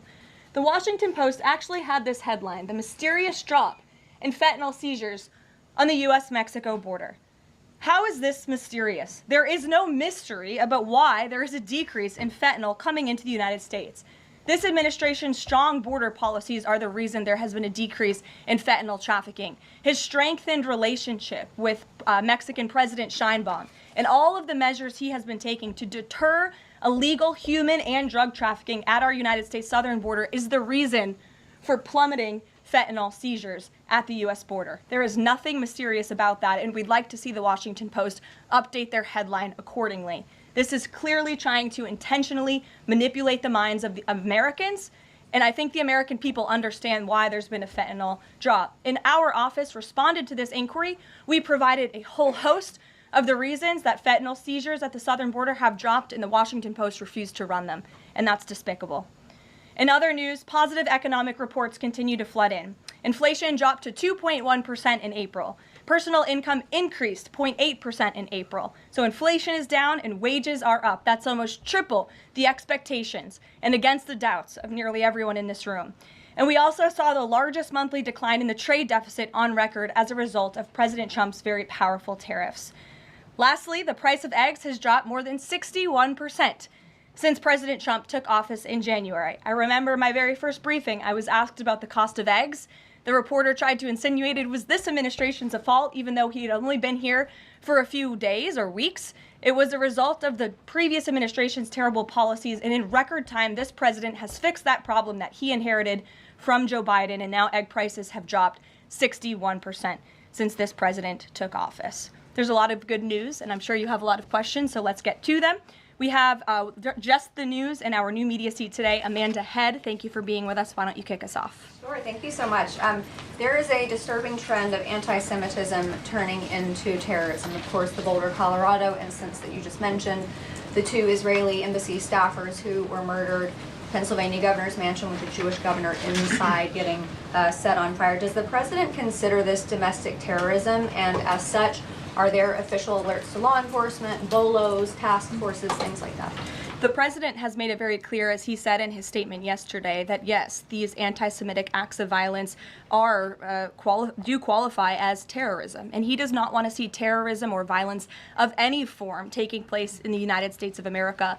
And as for specifically anti-Semitic terrorism and anti-Semitic acts of violence and those that are targeting Jewish Americans, this administration has done more to combat that violence than any administration in history. And one incident is one too many. And I think, frankly, that's something the previous administration was not willing to say. This president will stand up for Americans of all religions, of all faiths, of all creeds, and we will continue to look at policy measures and actions that we can take in addition to the actions that have already been taken to curb this anti-Semitic violence. And to Jewish Americans at home, across the country, this president has your back. And then on another issue, back in February, Secretary Kennedy created a commission to re-examine the childhood vaccine schedule. But there are still states outstanding like California, Connecticut, Maine that are not allowing any religious exemptions for kids, not only to go to school, but to participate in sports and extracurricular activities. Would the president want to see religious exemptions allowed across all 50 states? And how do you enforce that, especially with states like California that are already defying the president on the men and women's sports issue? Generally speaking, I know the president supports religious exemptions for families when it comes to vaccinations. As for the instances in those specific states, I'll have the administration and the White House look into it and see what executive action, if any, we can take on that front. Thank you. Kelly. Good afternoon. We're now in hurricane season, and obviously there is great concern every year about the potential for that. Can you speak to how the president is planning to have the level of support should it be needed? to be as it has been with a reduction in the workforce? And is he still comfortable with Administrator Richardson, who had talked, whether joking or not, about not being aware of a hurricane season for this country? What is the president's level of briefings on what may be required? If you could give us kind of an overall update on that. Sure. Well, of course, we know that we are into hurricane season now, and I know FEMA is taking this seriously, contrary to some of the reporting we have seen based on jokes that were made and leaks from meetings. But Secretary Kristi Noem and the FEMA leadership are all over this. They are committed to ensuring that federal resources and tax dollars are there for Americans in need, and the president continues to review requests for emergency aid and carefully considering them. However, this president has made it clear we're not going to enable states to make bad decisions with federal tax dollars and then have the federal government later have to bail these states out. We want to see states be responsible with their tax dollars to do as much as they possibly can, and then the president will deeply and thoughtfully consider any requests for federal aid that come to his desk. And I think some of the media reporting we've seen on this is frankly sloppy and irresponsible. There are serious people who are taking this issue seriously, starting with the president himself, who, as you know, on his first domestic trip back in office, visited both North Carolina and California, both of which were, of course, hit by natural disasters when he wasn't even president, but he took ownership of that and visited those places and those people immediately. Is it Brian? about hurricane season appropriate, though, now that this is serious business, as you talked about? It's serious business, Kelly, and I'm not going to engage in such fodder with a question like that. Brian? Thank you, Caroline. Reuters was reporting that there's a letter that is meant to be sent to other countries, which would give these countries a deadline of Wednesday to produce their best offer on the trade matter. Why does the administration feel the need to send this letter? And I have one more follow-up on trade. Sure, I can confirm the merits and the content of the letter. USTR sent this letter to all of our trading partners just to give them a friendly reminder that the deadline is coming up. And they are in talks. Ambassador Greer, Secretary Bessent, Secretary Lutnick are in talks with many of our key trading partners around the globe. As you know, Brian, I know the Wall Street Journal has covered this quite heavily. And they continue to be engaged in those discussions. And this letter was simply to remind these countries that the deadline is approaching and the president expects good deals, and we are on track for that, I will emphasize. On the trade side, though, when the deal with the United Kingdom, there was this idea of a reprieve on the auto tariffs. Is the president looking to do another similar deal on the sector-by-sector reduction in tariffs, or is this more going to be deals related to the reciprocal tariffs that were announced months ago? Well, as I've said previously from the podium, and the president has discussed as well, each country has unique advantages, unique challenges to it based on their markets and what they export to us and what we export to them. And so that's why the president smartly advised his trade team to engage in tailor-made deal making. And we saw that with the United Kingdom, and we will see that with other countries as well. Kate. Does the president support the Senate moving forward with a bill imposing heavy sanctions on Russia? Look, the president has spoken about his position on sanctions on Russia. He has smartly kept this as a tool in his toolbox if necessary, but I think the Senate and everyone on Capitol Hill respects the president is the commander-in-chief for a reason.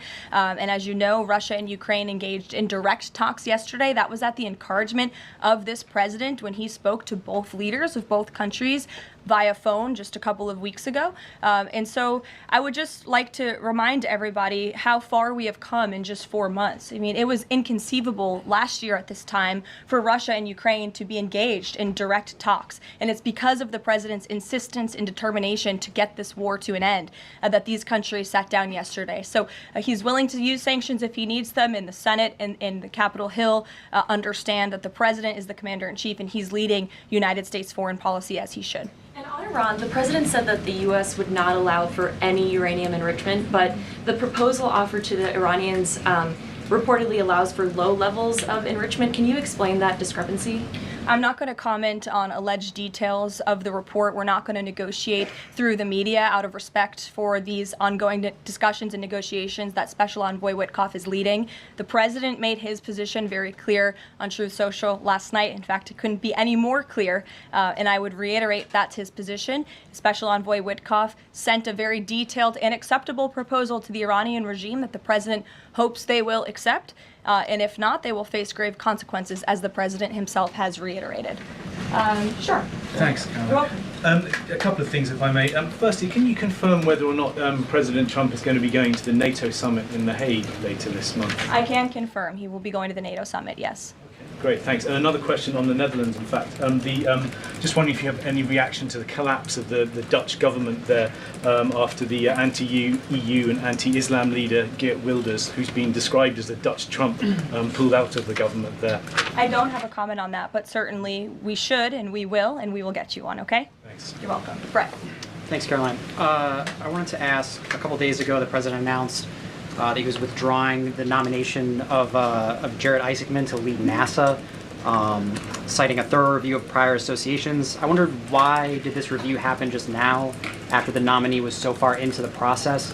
And can you explain the president's thinking on who he might choose? Look, the president reserves the right to nominate individuals to key administration posts. He also reserves the right to remove those individuals if he chooses, just like he reserves the right to fire anybody in the executive branch that he wants. And so a new replacement for NASA will be announced very soon, as the president himself said. Was there something in particular that came up that caused the president concern with this nomination? The president wants to ensure that all of his nominees are aligned fully with the America First mission of this administration. And again, he will be announcing a replacement very soon. Andrew, go ahead. Thank you, Caroline. You're welcome. It's been just about a month since President and Prime Minister Starmer announced... I can't see you all the way back there. Phil's head's in the way. Well, he's very tall. There you go. So it's been just about a month since Prime Minister Starmer and President Trump announced that the U.S. and U.K. had reached a trade deal, That's right. or at least a framework for a deal. Now there are at least some conservative MPs in London who are complaining that Parliament has not yet seen the text of any deal. So I'd like to ask you from this side of the pond, is there a text for the deal ready to be released, submitted, and if not, when can we expect it? And then I have one more. There's most definitely text with this deal. There is language that this side has seen. You'll have to ask the UK Parliament why they haven't seen it from their own government. I obviously can't answer that question. And on Jonathan, Caroline, one more on Ukraine, go ahead, please. Jonathan. Sure, go ahead. On Ukraine, it's been a couple of days since Ukraine made that audacious drone strike on Russian airfields. The president hasn't said a word about it, and usually he's not shy about making his thoughts known on the war, or it's not bad, on the war or any other subject. What have you heard from him on this audacious drone strike? Is he surprised? He said that Zelensky didn't have the cards when they met in the Oval Office a few months back.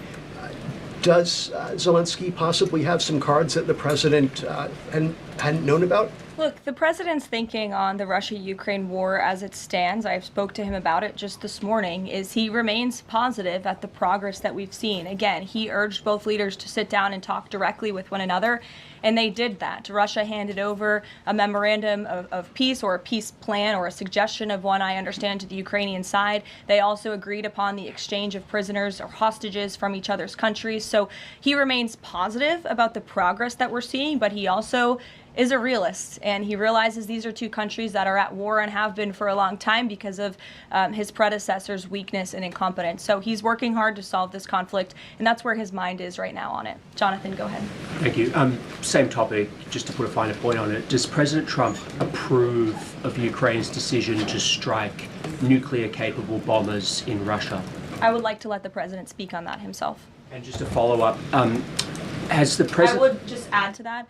The president does not want to see this war prolonged. He wants the fighting to stop, he wants people to stop dying, and he wants this to be solved at the negotiating table. The reason he is so deeply involved and has spent so much time and effort on this war is because he hates to see people dying. Again, these are not Americans that are being killed. These are Russians and these are Ukrainians. This is a war very far away. But this president truly cares about peace, and that's what he wants to see. What is President Trump doing to ensure that a similar internal drone attack doesn't happen here in the US, given this was done at pretty low cost, very stealthily.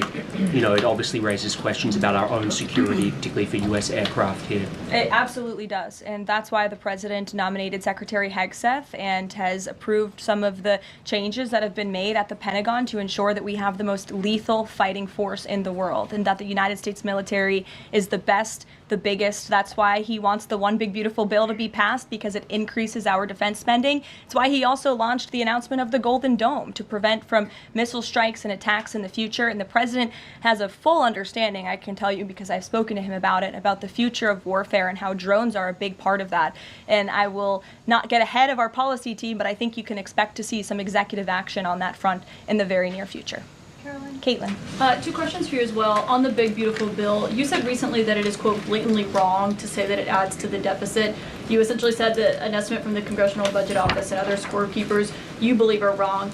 But Republicans like Ron Johnson and Rand Paul disagree. They are saying that it will add to the deficit. That is their concern. Is the White House's position that those two Republican senators are, quote, blatantly wrong? It is. Those senators, it's not news that they disagree with this president on policy, and the president has vocally called them out for it and for their not having their facts together. I would add the Congressional Budget Office has been historically wrong. In fact, they predicted the Trump tax cuts from the president's first term in 2017. Their prediction was wrong by $500 billion. Those tax cuts had nearly $500 billion more of revenue than the Congressional Budget Office scored. And I would also point out, I don't think many people know this, there hasn't been a single staffer in the entire Congressional Budget Office that has contributed to a Republican since the year 2000. But guess what? There have been many staffers within the Congressional Budget Office who have contributed to Democrat candidates and politicians every single cycle since. So unfortunately, this is an institution in our country that has become partisan and political, and we are very confident in our own economic analyses of this bill. There is $1.6 trillion in savings, and our Office of Management and Budget Director, Russ Vought, is a fiscal hawk. He is well known in this city for being a well-respected fiscal hawk. He has tools at his disposal to produce even more savings. And as you know, the White House will be sending our rescissions package to Capitol Hill today. And on immigration, the other day that the Homeland Security Secretary said, and I'm quoting her now, that an illegal alien threatened to assassinate President Trump and highlighted his arrest. A man has now admitted to framing him, saying that he wrote the letter that the DHS Secretary Kristi Noem posted online. Last I checked before I came into the room, that post was still up from DHS. Does the White House expect them to issue a clarification or a correction on that front? We can ask the Department of Homeland Security and get back to you. Jeff. Caroline, is the United States putting pressure on China to release its hold on rare earths that are hurting car companies and technology companies now that require that for their products? And is that pressure working? Well, I can assure you that the administration is actively monitoring China's compliance with the Geneva Trade Agreement. I know the United States, on our end, we have complied with the terms that we set, and our administration officials continue to be engaged in correspondence with their Chinese counterparts. And as you all know, and I know there's a lot of interest in it, there will be a leader-to-leader talk very soon. And when that happens, as always, we will let you know. Also in Asia, just does the White House have a reaction to the results of the election in South Korea? Yes, we do. In fact, let me find it here for you. It should be somewhere in here. Thank you. We do not, but I will get you on, Jeff. Go ahead. Thanks, Caroline. Two questions on trade. Is this letter that was sent to trading partners a sign that the president isn't satisfied with the pace of these negotiations? Is he trying to light a fire under these talks now? Well, look, the president has been very direct to our trading partners in his conversations with them, with foreign leaders directly, that they need to cut deals with the United States of America. The tariff agenda of this president, he believes very strongly in it. And as you've all seen, he's unafraid to use tariffs to protect our industries and protect our workers. But he wants to see these tailor-made deals be signed. And I will tell you, of course, I never want to be the one negotiating with the press about these internal discussions and deliberations. But our team, who is deeply involved in this, sees these deals moving in the right direction. In fact, Ambassador Greer is in Paris right now meeting with many of our trading partners. So we should still expect this flurry of deals in the next 36 days, and the plan is still for those full tariffs to go back into effect on July 9th. The plan is for the announcement of these deals to be made very, very soon, yes. Sure. Thank you, Caroline. You're welcome. So Governor Whitmer confirmed that she spoke with President Trump about the possibility of pardoning the plotters against her, the kidnapping case. She didn't give us an idea of what the president's reaction was to that. Do you have any information about what he said? Well, I won't reveal the president's private discussion unless he gives me liberty to, but I will reiterate what he said publicly when he was asked by one of the journalists in this room in the Oval Office a couple of weeks ago about the pardons. He said it's something he would look at, nothing more, nothing less. Haley, go ahead. Thanks, Caroline. And then to Kelly next to you. Thank you. When it comes to the leader-to-leader call with Xi Jinping this week, what is the president's expectation of this call? Is he looking for concrete outcomes out of this, or is he looking to kind of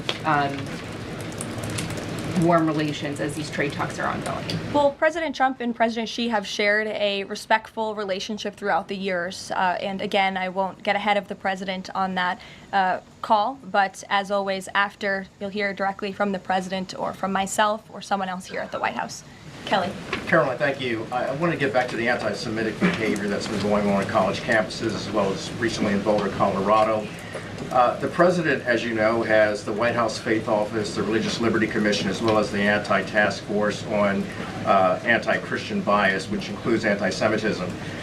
From a whole of government perspective, and the president has already mentioned how he hates these kinds of acts that have been going on, can these entities and these agencies work together with the president to put out a proactive campaign to help people stop the hate? I think the president himself has been leading on this, Kelly, and has been incredibly clear in his rhetoric that he is not going to tolerate such hate or behavior in the United States of America. And you will see that rhetoric being followed up by action from the Department of Justice, who is seeking to prosecute these cases to the fullest extent of the law. And I know the Attorney General and the FBI Director were very quick to call this what it was, targeted terrorism. And there was some, I think, criticism from the media and well, at least pundits I saw on television saying, are they too quick to jump here? No, they see the facts and they reveal those to the American people, and they're transparent. And I think, frankly, that's a breath of fresh air from what we experienced in the previous administration. Are there programs that they can put in place to campaign against this kind of violence, to actually take the whole approach and say, we want to get ahead of you. If you're thinking it, don't do it. And if you're going to do it, sit down and talk to someone within the Faith Office, within the Religious Liberty Commission, as well as the task force. Yeah, surely. It's a good idea, and I'll pass it along to them. Peter. Thank you, Caroline. When you look at these last-minute Biden pardons, the big ones, Biden siblings, Fauci, January 6th committee. That's right. Most of the big ones have the same very neat signature. We would expect that probably to be the autopen. There is one that looks different. It looks authentic. In fact, if you look at the last name, it almost looks like the president was having a hard time spelling his last name there. Is this White House of the opinion that the only pardon that would count is one that the president signed himself? It's very interesting. Very interesting props. If you want to bring them to my office later so I can take a closer look, I would like to do that. The president is making a good point when he discusses the usage of the autopen. Who was running the country for the past 4 years? Perhaps those documents were signed with the autopen, something that this, I believe the Department of Justice is looking into. As you saw, Ed Martin made an announcement at the Department of Justice this morning to launch an investigation because the American people deserve answers. Is there any concern that this president, who won the election on a promise to fix the economy and close the border, that focusing and scrutinizing these Biden pardons is looking into the past instead of looking forward? I think in comparison to the amount of time this president has spent on securing the border, on fixing our economy, I just read out for you an entire list of economic accomplishments. Look at the border numbers, look at the time and effort he's divulged into solving the global conflicts abroad. It pales in comparison, but it still, nevertheless, is a very important issue. And it was a huge issue that sent the president back to this White House. The Americans saw with their own eyes a mentally incompetent president, and they want answers for that. And the president believes they should have And them. something that just crossed, Caroline, how mad do you think President Trump is going to be when he finds out that Elon Musk said, I'm sorry, but I just can't stand it anymore. This massive, outrageous, pork-filled congressional spending bill is a disgusting abomination. Shame on those who voted for it. You know you did wrong. You know it. Look, the president already knows where Elon Musk stood on this bill. It doesn't change the president's opinion. This is one big, beautiful bill, and he's sticking to it. Tamara. Thank you. The National Security Council was reorganized, or some staffing changes were made the Friday before Memorial Day. I'm hoping you can explain sort of the new structure, what the structure is of the National Security Council, what the goal is in terms of staffing levels. You know, what is the new National Security Council mode? Well, as with everything in this White House, it is a top-down approach. The president is here. He is president. He's not an autopen like the previous president was. He's very much involved in literally every policy discussion and decision that takes place. And we felt it was best to reorganize the National Security Council to respond to that top-down approach that we have here in this White House, and to streamline the efficiency and the effectiveness of the National Security Council. And I would add that Secretary of State Rubio and now National Security Advisor Rubio is doing a tremendous job at leading the National Security Council. He knows the president. He understands where the president is on these issues. He's great to work with here at the White House. I can tell you that. I appreciate seeing him a lot more in the building. And he and the president and the entire National Security Council, who's made up of great patriots who love this country, are doing a tremendous job on the many conflicts around the world that this administration inherited. Is there a goal staffing level? I'm sorry? Is there a goal for the staffing level, like the number of people who would be in this National Security Council? We just want the National Security Council to be as efficient as possible, and if staffing needs are necessary, I'm sure Secretary Rubio would not mind hiring people if necessary, but again, we've been working with them day in and day out, and they're chugging along and doing great work. Sure. Thank you, Caroline. Two questions, if I can. President Trump got involved himself in presidential election in Poland by supporting a conservative candidate who ultimately won. Yeah. What does it mean for the future U.S.-Polish relations? What's likely to change? Well, I believe the president is obviously pleased to see the result of the Polish elections. He met with Karol Nawrocki, if I'm pronouncing that correctly. Yes, Nawrocki. Okay, thank you. I appreciate your insight on that. He met with him at the White House, and he told them, you're going to win because you support common sense. And he supported strong borders in Poland. He supported an end to the woke, radical DEI stuff that we've seen not just here in the United States, but really take over Europe and, frankly, the whole world. He was very outspoken about that. And I was reading the reports about how the Polish people felt about this man, and they felt like he was putting the needs of Poland first. And that's a very refreshing feeling, one that we know very well here in the United States of America. So, as you know, the United States and Poland have always had a very deep and strong relationship, friendship. They're a great ally, and I know the president continues to look forward to working with them. We have one more on Ukrainian drone attack on Russia. Was President Trump informed in advance by Ukraine that the attack is coming? He was not. Carrie. Caroline, so just want to go back to the issue on the anti-Christian bias as well as issues on anti-Semitic issues.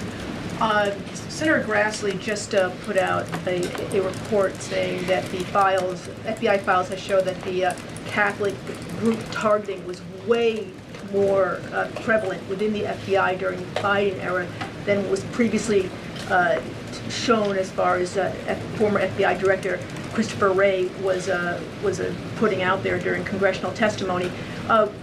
Can you discuss here what President Trump would like to see in terms of consequences within the FBI as far as those who were involved? Also, the second question, if the DOJ finds that the autopen was used by President Biden, should those actions that were used with the autopen, should they be null and void? I'm not going to get ahead of the Department of Justice's investigation into the usage of the autopen. And again, the question is not, was the autopen used? It's whether or not the President of the United States knew it was being used, and if not, who was using it in his name, which is clearly illegal behavior. Deanna. Thanks, Caroline. One on foreign policy, one domestic, if I can. Sure. On foreign, just speaking to the president's Truth Social post about Iran recently, saying that there will be no uranium enrichment. Is he saying that that's a red line for him, or no?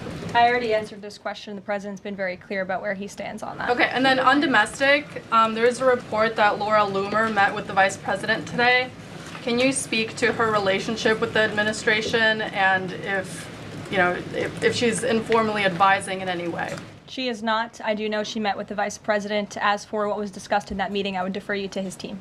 Thanks, Caroline. I had one question on anti-Semitism, one question on China. So for years, radical leftists and Islamists have been calling for so-called globalize the Intifada.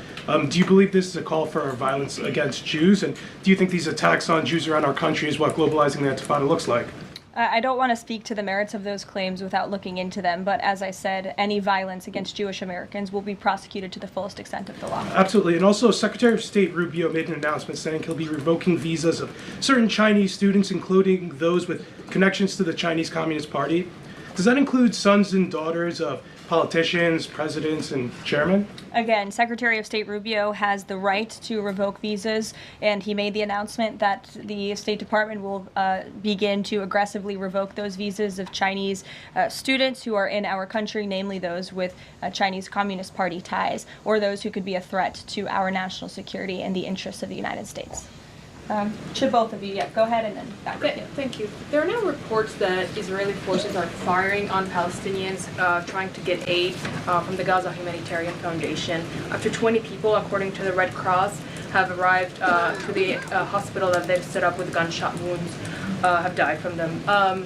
Is this administration aware of these? And I mean, what is being done to address this situation? The administration is aware of those reports, and we are currently looking into the veracity of them because, unfortunately, unlike some in the media, we don't take the word of Hamas with total truth. We like to look into it when they speak.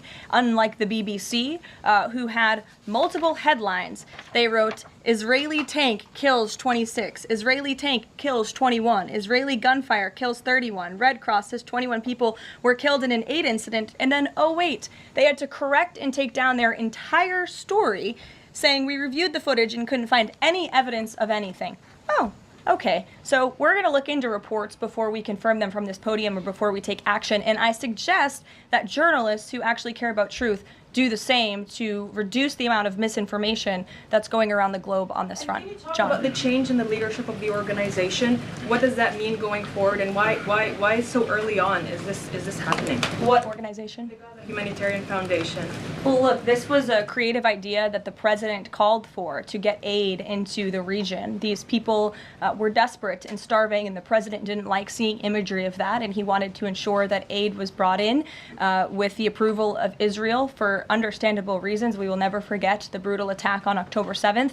And again, this is something that the previous administration was unwilling to put the time and effort into doing. John. Thanks a lot, Caroline. I want to bring it back to the way you began your briefing, talking about the president's mass deportation program and his priorities. 40% of crop farm workers in the U.S. are undocumented, and that's according to the Agriculture Department. Do they have a carve-out in terms of the president's mass deportation program? The president and the Trump administration have been very clear. If you are in the country illegally, you are subject to deportation. Is there any concern that, given that large number, if that number is correct, 40% of crop farm workers being undocumented, that could impact the food supply here in America if those individuals that obviously help pick crops all across the country are deported en masse? Again, this administration is focused on deporting individuals who are in our country illegally. It's something we have to do. We cannot allow the previous administration's invasion of our country of illegal immigrants to continue. We just can't have it. And this is a law and order president. As for our farmers and their concerns, they have a president who has their backs and listens to their concerns and hears them. But we also have a legal pathway to come to this country and work specifically for agricultural work. So there's a legal way to do it, and we encourage that legal pathway, and we're currently working on strengthening our legal immigration system for that reason. Sure. Thank you, Caroline. I just wanted to follow up on your statement last week regarding the MAGA report. Sure. You said that there was, you said, I understand there were some formatting issues with the MAGA report that are being addressed, and that report will be updated. We also understand that since that, there have been some citations that came about. There's citations of studies that either did not exist or did not back up the report's conclusions. So when you were referring to formatting errors, Is that what you were talking about, or was it, could you just explain that? Yeah, that's what I was talking about. There were formatting errors, and those errors were updated by the proper policy components here at the White House, and a new report was issued. So exactly what I said took place. Sure, go ahead, Alec. Yeah, Good to see you. She's savage. Congresswoman Mary Miller suggested that changing Pride Month to Family Month. I would personally like to see maybe a nuclear family month. Some people are saying, let's get a Veterans Month. Does the president have any plans on making a proclamation, or is it just going to be June this year? Well, there are no plans for a proclamation for the month of June, but I can tell you this president is very proud to be a president for all Americans, regardless of race, religion, or creed. Caroline. Reagan, go ahead. Thank you, Caroline. And then I'll go to you. Thank you. Colorado passed sanctuary protections for illegals 1 month before the terrorist attack this weekend. 2 questions. Why did the DHS remove the sanctuary cities list that it had published, which was ordered by the president? And then what is the administration going to do to further crack down on sanctuary jurisdictions to prevent attacks like what happened in Colorado? Sure. The Department of Homeland Security will be issuing a new list of sanctuary cities, an accurate list of sanctuary cities. As for what we're doing to crack down, the president has signed various executive orders and has directed the Attorney General to prosecute state and local officials who are not complying with federal immigration authorities and, most importantly, federal immigration law. Thanks, Caroline. Thank you, Caroline. Caroline. Thank you very much. Go ahead. So, does the president take calls from foreign leaders on the tariffs on steel and aluminum? Does he still intend to double them tomorrow morning? The president will be signing that executive order today, and steel and aluminum tariffs will be going to 50%, yes. No way it's going to change, or it's going to be suspended? He made that announcement in Pennsylvania, and he plans to deliver on that promise to Pennsylvanians. And why is he hiking it? And Ed, go ahead. I can answer that, but go ahead, Ed. Oh, yes. Thank you, Caroline. So a Chinese Foreign Ministry spokesperson today said that the U.S. imposed harmful measures like new chip controls and pledging to revoke Chinese student visas. So are the Chinese the victims in this trade back and forth?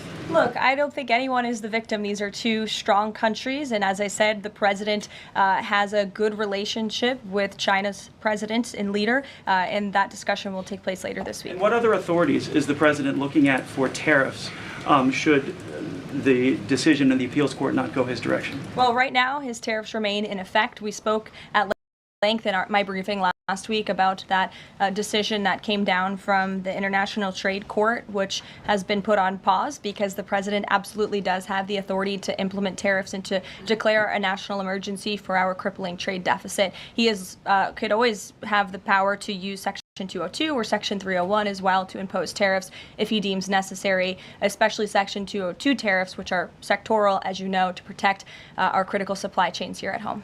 Thanks, Caroline. You're welcome. You've got U.S. business leaders begging for certainty. So why did the president suddenly decide to hike tariffs on steel and aluminum again?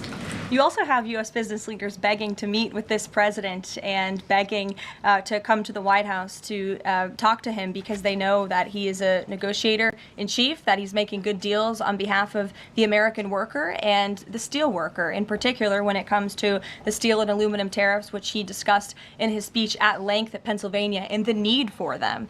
And I would just add, I was at that speech on Friday with the president, and there were 2,000 steel workers and their families in the room, many of them wearing their hard hats. I spoke to one backstage who said this is the greatest thing that has happened for that community in Pittsburgh, Pennsylvania in 60 years, because this is a president who doesn't just talk the talk, he walks the walk too, and he's delivering on his promises to bolster our steel and aluminum industries in this country and to protect those jobs. If not for this president, that steel plant in Pittsburgh, Pennsylvania would have closed. Those jobs would have been lost, and the president saved that company, he saved those jobs, and he's saving that community, and that's the intention of the steel tariffs, which he will sign later this afternoon. Thank you very much, everyone. We'll see you later. Thank you. Friday for Steve, everything? To think that this woman is 27 years old. She's a married woman who just had a baby a couple of months ago. She just had a baby a couple of months ago, and she's doing this full time. And she's changed the way press secretary does this stuff. She's changed the entire thing. You know, that's remarkable. That's girl power right there. I get it. You know, maybe men are not supposed to say girl power, but that right there is girl power. A mother, a wife, youngest press secretary. Come on, man. Come on, y'all. All right, here we go. Marco Rubio and J.D. Vance, who, frankly, both of them, I think, would be president and vice president for 2028. Really. Is either Marco Rubio is the president and JD is vice, or JD president, Marco Rubio as vice.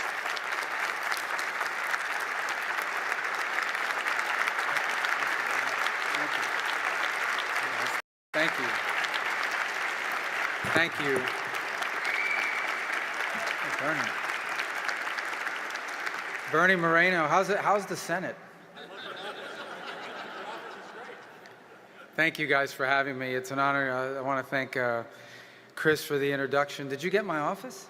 Yeah. He just said, the one I used to have, the one in Russell? Yeah. Did you find any cash or gold bars? No. Is there media here? It's a joke. It's a joke. You guys know. Thank you, Chris, for that introduction, and actually very proud of the work he did with us on the Small Business Committee, and Oren and everyone here in American Compass for hosting me here tonight. A couple observations of seeing someone. We really only got to serve together for like 10 days, because I got confirmed pretty quickly. And by the way, the president was, I got 99 out of 100 votes because the vice president at the time has seated not been filled. And the president, for some period of time, expressed great concern about the fact that I had 99 votes in the Senate. He didn't know if that was a good thing or a bad thing. But I told him recently, sir, you don't have to worry about that anymore. I don't think I'd get 99 votes now. And anyways, but thank you for this chance to speak to you. And one more thing I want to tell you about. I spent, now that I'm in an executive branch, we oftentimes have to deal with the fact that, we want to do something. And it's like, well, but there's a statute or there's a law on the books that limit our ability to do things by executive action. It requires us to go through certain steps. And so I increasingly find myself saying, who the hell wrote these laws?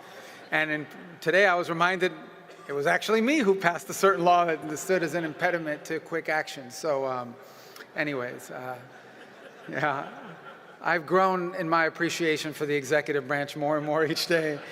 And but that's also, the media is going to say, oh, he's for an authoritarian form of government. No, I just, some of these laws I passed are getting in the way of my current life. So we have to work through it. We will. But thank you guys for this chance and the work that you've done. And I know that obviously you're going to spend a lot of time focused on domestic decisions, but I want to hopefully pitch you a little bit tonight about what I've learned and what I already believe coming into this job, that so much about what happens domestically, economically, is increasingly intertwined in geopolitics. It always has been. I think that's one of the lessons we forgot, but I think we've been reminded of that here most recently, and a number of events have brought that to bear. The first thing I would say is I think it's always been true. One of the amazing things, one of the reasons why history repeats itself, people like to say that, is because human nature does not change. Technology's changed, what the clothes we wear change, even languages change, governments change, a lot of things change. But the one thing that is unchanged is human nature. It's the same today as it was 5,000 years ago, and that's one of the reasons why history often repeats itself. And one of the things about human nature, I'm not trying to sound like a psychologist here, but one of the things that I think history proves is that one of the things we are programmed as people with is the desire to belong. In fact, if you notice, if you put humans anywhere, a handful of people anywhere, one of the first things they start doing is trying to create things that they can join or be a part of. And that's true for nationhood and nation states. The concept of nationhood. Now, it's a new concept. I mean, before that but we had something, we always had organizations, whether it was city states or tribal organizations, but the advent of the nation state is a normal evolution of human behavior because people think it's important to belong to something. And being part of a nation is important. And I think that's really true, obviously, increasingly in how geopolitical decisions are made. I think that's obvious and people understand that, but it's one of the things that we forgot. And we certainly forgot it at the end of the Cold War. If I can take you back to the end of the Cold War and understand, for me, these are formative years because I grew up in the 80s, the greatest probably the greatest decade ever, confirmed by the, yeah. You know why I know this? Because my kids, I have young, well, I say young, they're like 24, 22, 20, just turned 20, and one who's 17. All they do is watch reruns from the 80s and 90s. They don't make good TV anymore. Everybody wants to watch stuff from the 80s and 90s. So that's just my pitch. The 70s were a dark period of time because of disco music. But in the 80s, we got a disco fan back there. But the 80s, we did, the hair was a little too big, but other than that. But going back, the 80s, you grew up, and I remember in 1983, now I'm aging, I just turned 54. I feel 55, but must be 1983. Do you guys remember a movie called oh gosh, what was it? It was about nuclear war. Do you remember this? It was No, War Games. That was a great movie. I'm talking about when I was on TV that scared the hell out of me. There was The Day After. Do you remember that movie, The Day After? This was traumatizing, and they had this thing on television. But basically grew up understanding that the world at any moment could end because the United States and the Soviet Union were headed for conflict and war, and that maybe we wouldn't even make it to 25 and things of this nature.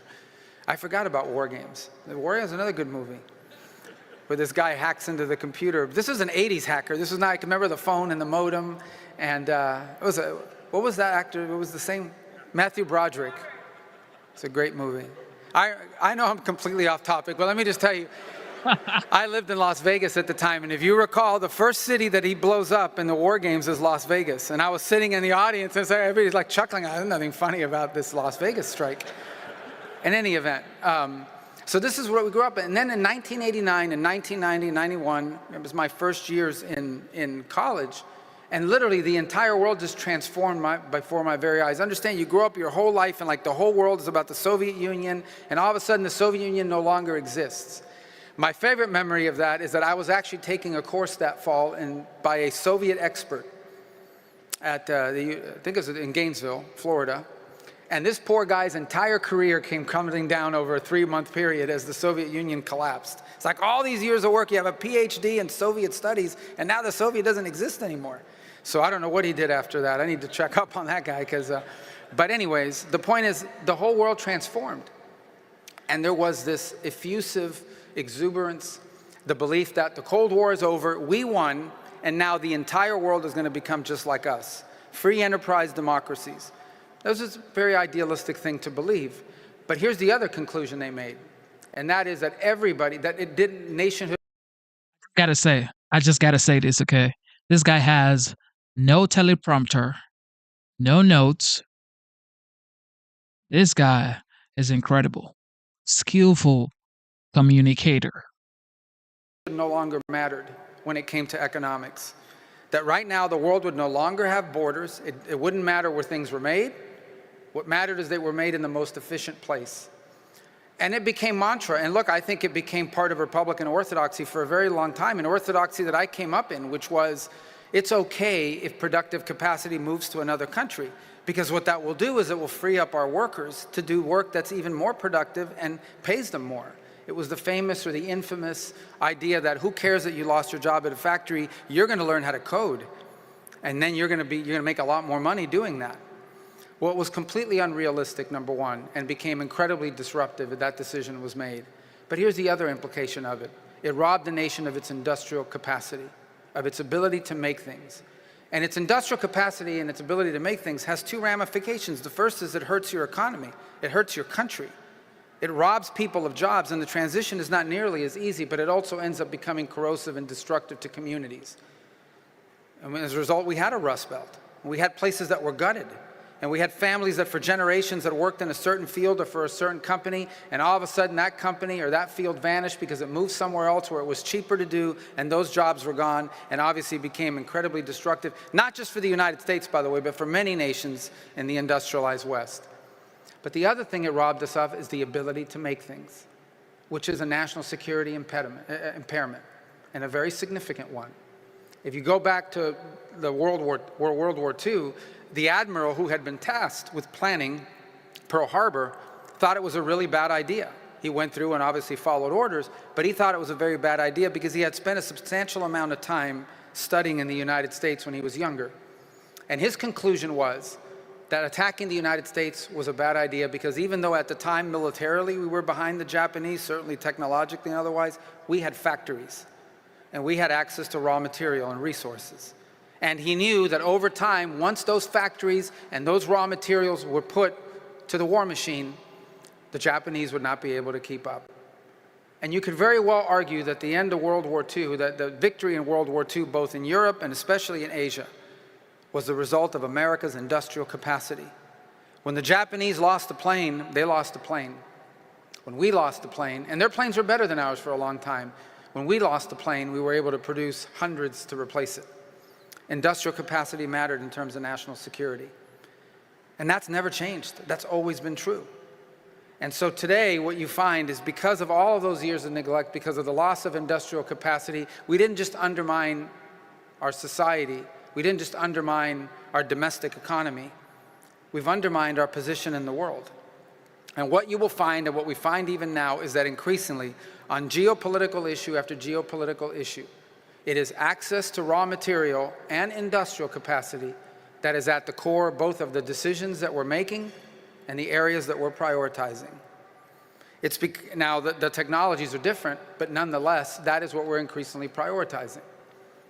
And that's become really apparent to me. I think it was even going into this job, but in the months that I've been there, on place after place, every country in the world is now pitching themselves as a source of rare earth minerals. Every country in the world, by the way, they're not that rare, so every country has access to it, but it's become a big, that alone is not enough, because you have to have access to rare earth minerals, but then you have to have the ability to process them, and you have to make them into usable material. And frankly, what the Chinese have done over the last 25 or 30 years is they've cornered the market. And this is one of the true challenges to sort of pure free enterprise view of these things. You cannot compete with a nation state who has decided they're not interested in making money. They're not interested in making money in this field. They are interested in the short term in dominating the market, being the sole source provider for the world of a certain product. Because once you establish industry dominance in any one of these fields, you can charge the world whatever you want. Now, one thing is if we said, well, this happened because they're just better than us. But that's not why it happened. It happened because we literally gave it away. Because we made the decision, we made the policy decision that it was okay. We were okay with 80-something% of the active ingredients in most of our generic pharmaceuticals coming from another country. We were okay with giving that away. We were okay with giving away all kinds of things like that. And now we are in a crunch.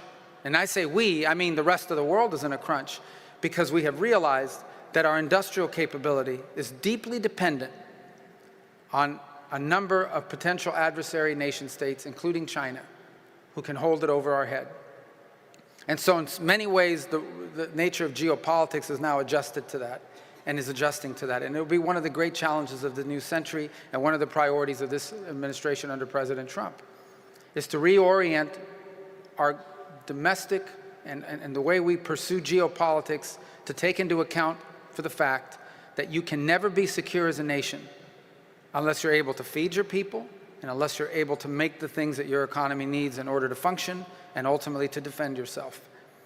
There is virtually none of the leading edge industries of the 21st century in which don't have some level of vulnerability. And it's become one of the highest geopolitical priorities that we now face. Not simply access to raw material, but figuring out how can we have more industrial capacities in these critical fields, ideally domestically, but if not here, then diversify the global supply chain so that it cannot be used against us as a point of leverage at a time of potential conflict. In fact, unless we fix it, some of these conflicts will never happen because we will never be able to enter, the amount of leverage they will have on us will begin to constrain our ability to make foreign policy. Unable to get into a tremendous amount of detail, let me just say that even as I speak to you now, there are a number of foreign policy issues in which we're having to balance what we would ideally want to do with what we may not be able to do in the short term until we fix these problems. This is a real challenge in American geopolitics, and it's one that's become a priority and goes right to the heart of the decisions that were made over the last 20 or 30 years that were a mistake and that we're now trying to correct. The other, which is more broad, but I think also ties to economic policy, is the following. part of the decisions that were made were, in the end, if something is good for the global economy, that's really what matters. Ultimately, a lot of public policy decisions were made without the nation state in mind. Rather, the decision was, is this good for the global economy? Is this good for global economic growth? Is this good for prosperity in other places, even if it may not be in our interest? And we made those decisions even during the Cold War to some extent. I mean, we allowed nations to treat us unfairly in trade, but we allowed them to do it because we didn't want those countries to become victim to a communist revolution that would overthrow them. But then we kept it going. And so today there are multiple countries around the world that are fully developed economies, but whom we have enormous trade imbalances because they want to continue that system moving along, and that has to be corrected. But here's the final point, and here's why this is also critical, because not only did we take out nation-state interest and the national interest out of our economic policies, we also took it out of the way we made foreign policy decisions. The idea that our foreign policy, depending on the place and on the issue, should be centered and focused primarily on what is good for the United States was completely lost. Time and again, we made decisions in foreign policy because of what was good for the international order or what was good for the world. Oh, man. And I'm not saying those things are irrelevant, but the number one priority of our foreign policy of the United States, the number one foreign policy priority of the United States needs to be the United States and what's in the best interest of the United States. Facts. That's not isolationism, that's common sense. On the contrary, in order to do that, we have to engage in the world. But we need to engage in the world in a way that prioritizes our national interest above all else. And the reason why we do that goes back to my point at the outset of this with human nature. And that is that that's what other countries do all the time. Virtually every single nation state we interact with prioritizes their national interest in their interactions with us. And we need to begin to do that again, and we're beginning to do that again, prioritizing the national interest of the United States above everything else in making these foreign policy decisions. And I'll close by saying that's where foreign policy works best. As I've said to multiple foreign leaders, including some with whom we haven't had engagements with for many years, I said the way foreign policy works best is when our national interests are aligned. When they're aligned, that's where we have incredible opportunity for partnership together. And when they're not aligned, that's where I expect them to pursue their national interests and us to pursue ours, and to do so peacefully if possible, and that's the work of diplomacy. And so I think the work you have done to reorient our thinking towards the national interests, both in our domestic economic policies as well as in our foreign policies, is critical work for 21st century conservatism. And I thank you for all the work you've provided. You've done great work. When no one else was talking about these things, when no one else was providing the material that allowed us to build public policy and challenge thinking, you were doing it. And I encourage you to continue to do it, because this is going to be the work of a generation. There's still much work to be done. We are in the midst of an important and long overdue realignment in our thinking in American politics. And it takes organizations like American Compass to drive the innovation and the thinking. And we appreciate everything you've done up to this point and encourage you to continue to do that. And one of the people who has really been a leader in this regard, someone who I actually got to know as part of this project and this thinking back when he was only a best-selling author and not even a political figure yet, is our current vice president, who is doing a phenomenal job, and someone who I've grown tremendous, my admiration for him has grown tremendously. I admired him before. I admired him in the Senate. I admire him a lot more now as vice president because I think vice presidents are just more impressive than senators, Bernie. That's how but I can say that now that I got 99 votes. I don't need their votes anymore. But the vice president's doing a phenomenal job, and I think is one of the most powerful and clearest voices in the world, really at the edge, at the leading edge of this new thinking in American politics. And it's my honor to serve with him in this administration, and it's my honor to invite him onto the stage now to speak to all of you. So thank you for the opportunity to be here. Ladies and gentlemen, the Vice President of the United States, J.D. Vance. That's just legendary, yo. That's just legendary. The fact that he is humble enough to, give credit to whom credit is due, which is J.D. Vance. J.D. Vance, his story is just out of this world. If you've watched the movie Hillbilly Elegy or something like that, it also has a book. if I've seen the movie, I haven't read the book, but just watching that movie and seeing his story unfold, only in America, ladies and gentlemen, only in America can you come from that background and become the vice president of the United States.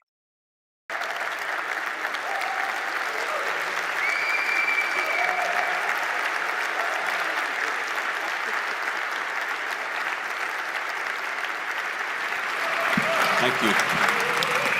Thanks. Thank you, guys. Thank you.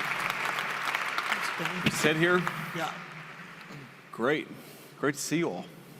I think the last time I was in here was the night before the inauguration. We had a dinner in here, and it was so tightly packed that you actually couldn't get up to go to the bathroom or get, request an additional glass of water. That's how tightly packed we were in here. And you guys are doing pretty good, actually. Maybe not that tight, but comfortable. But you're doing good. Tastefully packed. That's the happy medium. Before you say whatever introductory thing you were going to say, I'm sure Orrin has a spiel. Orrin always has a spiel, but I just want to say thanks to Secretary Rubio for the very kind words of introduction. So, Marco, I was very fond of him as a Senate colleague, but you learn a lot about somebody when you see them actually operate behind the scenes. And Marco is, if anything, more impressive privately than he is publicly, which is very hard to do, but he's very thoughtful. He actually listens, which is a rare skill in politics. We're very good at talking. Us politicians, we're not so good often at listening. He's just a very, very important part of what the president and I are trying to do, and so thrilled to have him here. And as you know, I think one of the first times I ever met, maybe the first time I ever met Marco, was in a conference room in his Senate office with Mike Needham and Orrin Cass talking about some of the very things we're talking about here tonight and some of the very things that American Compass is focusing on. So it's kind of amazing to see it come full circle to where we are today. Well, that's a perfect segue into my spiel, so Great. Thank you. I had a few different spiels we could start with, but this is a good one. We are thrilled to have you here. I am thrilled to have this opportunity to talk with you, and so grateful that the work you're doing, and in a sense so in awe of it, because there are politicians out there who they've just been politicians, but you are someone who was an intellectual first. Some people don't like the word intellectual, but I mean it in the good sense of the term. You were writing for National Review. You were at the bar late at night arguing about and helping shape these ideas that you are now. I come here for free and you insult me and you call me an intellectual. Remind me that I wrote for National Review. What an asshole this guy is. That's fair. I will admit that I too wrote for National Review. But as I said in my introductory remarks earlier, I have no higher compliment than this guy likes to argue. So that is, it's a wonderful thing, and I think it really distinguishes you as someone who not just cares about and believes in these ideas, but has formed them. Sure. And so, I wanted to ask you a little bit about some of the substance of what's going on in a few of these topics, but also ask a little bit about sort of how your thinking has gotten here and how being in the role you're in now affects that, and what people who are not in that role need to understand to do it well. And so let's start here on the substance, though, because obviously trade is in the news from time to time. Trade is, and I think you've articulated this well, trade is one element of what is a much broader project about reshoring, reindustrialization. I want to ask you, how do you define that project? What is the broader goal that the trade agenda is part of, and where do you see it ultimately going if it's going to be successful? Yeah, so first of all, congrats. I see here on the screen, this is the 5-year anniversary of American Compass. You guys have accomplished a lot in 5 years, and I'm going to echo what Secretary Rubio said. Keep doing it, because it really has influenced my thinking. It's influenced the thinking of multiple people within the administration. And if I were to try to summarize the project, I mean, I think there are a few different things going on, but maybe one thing that really worries me is you have, I think, in many ways, stagnating living standards for normal Americans, for the median worker, for people who just want to start a family, work in a decent job, earn a living salary and have dignified work. I think you've seen so many pieces of evidence of stagnation in the lives of the normal people that we serve, right? The people who actually go to work, who keep the country running. And there are different ways to sort of measure this, but I think my favorite way of measuring it actually is probably you see stagnating productivity in this country for about 50 years, okay? And I think there are a whole host of reasons why you see that. I think number one, we've offshored a whole host of industries, and so you see less innovation in a lot of the critical manufacturing sectors that actually drive the American economy. I think part of it is we've really underinvested in technology, especially in, the heavily regulated spaces. I think part of that is we've really harmed energy production in our own country. That's a critical part of, the heavily regulated spaces actually doing well because the cost inputs of these industries are so heavily dependent on the price of energy. So there are all these different policy spins that I could put on it, but I just want normal people who work hard and play by the rules to have a good life. And I think that was very, very possible in the United States of America that I was growing up in, but you started to see some signs that it was fraying. And I think it got a lot worse over the course of the 90s and 2000s. And that has got to change. And I think that's fundamentally why Donald Trump is the president of the United States, is because he was the first mainstream American politician to come along and say, this isn't working. These trade deals are not working for the normal people who power our economy. Our policies have not been productive either in the economic, national security, or diplomatic space. So it's complicated. The answer to your question is complicated. Summarizing it is necessarily very hard. But I think the best way to summarize it is we just want normal people to have a good life. That seems reasonable. Thank you. There you have it, folks. I think that's obviously exactly right. I think it's remarkable that is or has been a heterodox view to some extent, that it's something that has had to be said. Especially after your book came out, as you had a chance to talk with a lot of folks in a lot of different contexts, then as you moved into running as a politician yourself, you had a chance to speak both with the normal people for whom this was not working, yeah, and for a lot of people who either thought it was working or didn't care. Sure. My own sense is there's actually more thought it was working than didn't care. That for the most part, they're not bad people so much as oblivious. But I'm curious what your experience has been engaging with those folks. But how would you describe, what do they look out at America and see? And what is helpful in communicating to them why this is a problem and why they need to care? Yeah, so let me give you kind of an elite answer to that question, and let me give you just a sort of normal political answer to the question. So the elite answer to the question, I remember, Warren, talking to you about starting American Compass 5 years ago. And I think one of the things that we talked about, I don't know if you remember this, but what is the audience of donors, because these things cost money, funding fellowships and smart people to write papers and think about this stuff, like that costs resources. Like, what is the universe of donors who would actually support something like this? And I think my takeaway of the last 5 years is actually quite a bit. And I think there's an assumption among, whether you call it populists or whether you call it, sort of trade hawks or like whatever label you want to put on it, there's this assumption that donors are fundamentally misaligned. And I actually think donors are much more pragmatic, and they see this stuff not necessarily because they're reading like a paper that Bob Lighthizer published 15 or 20 years ago, and I know Bob's in the audience and I love Bob, but because like they do business in China.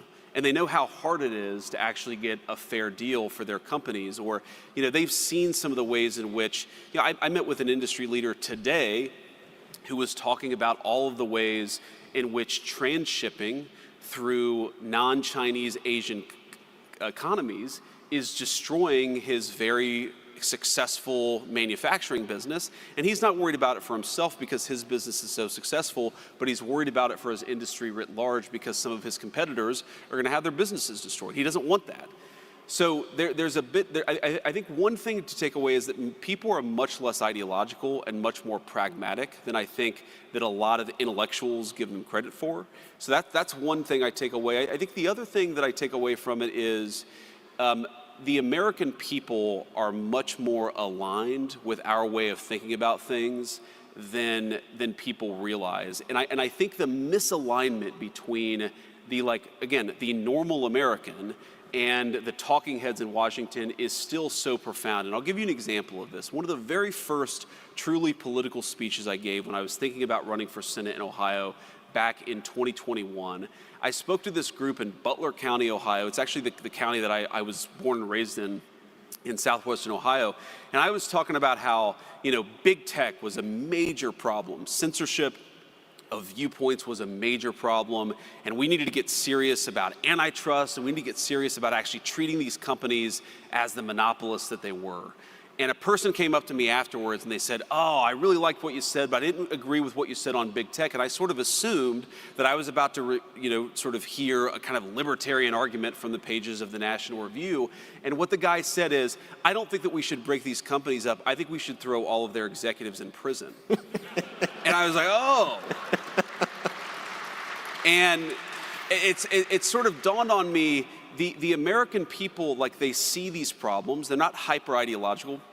They're not reading like conservative intellectual periodicals because they have day jobs and families to take care of, but they're much, much wiser about these things than intellectuals give them credit for. And I take a lot of inspiration for that, but I also take a lot of willingness to kind of test the outer limits, because most of our fellow Americans, they're not nearly as dumb as Washington, D.C. assumes that they are.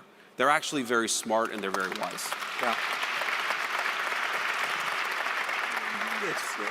It's funny, I was speaking to the American Iron and Steel Institute this morning about the idea that making things matters. And I was sharing a similar story because we've done survey research on, okay, do you think manufacturing matters or not? Yeah. Overwhelmingly, people say yes. Yes. Sure.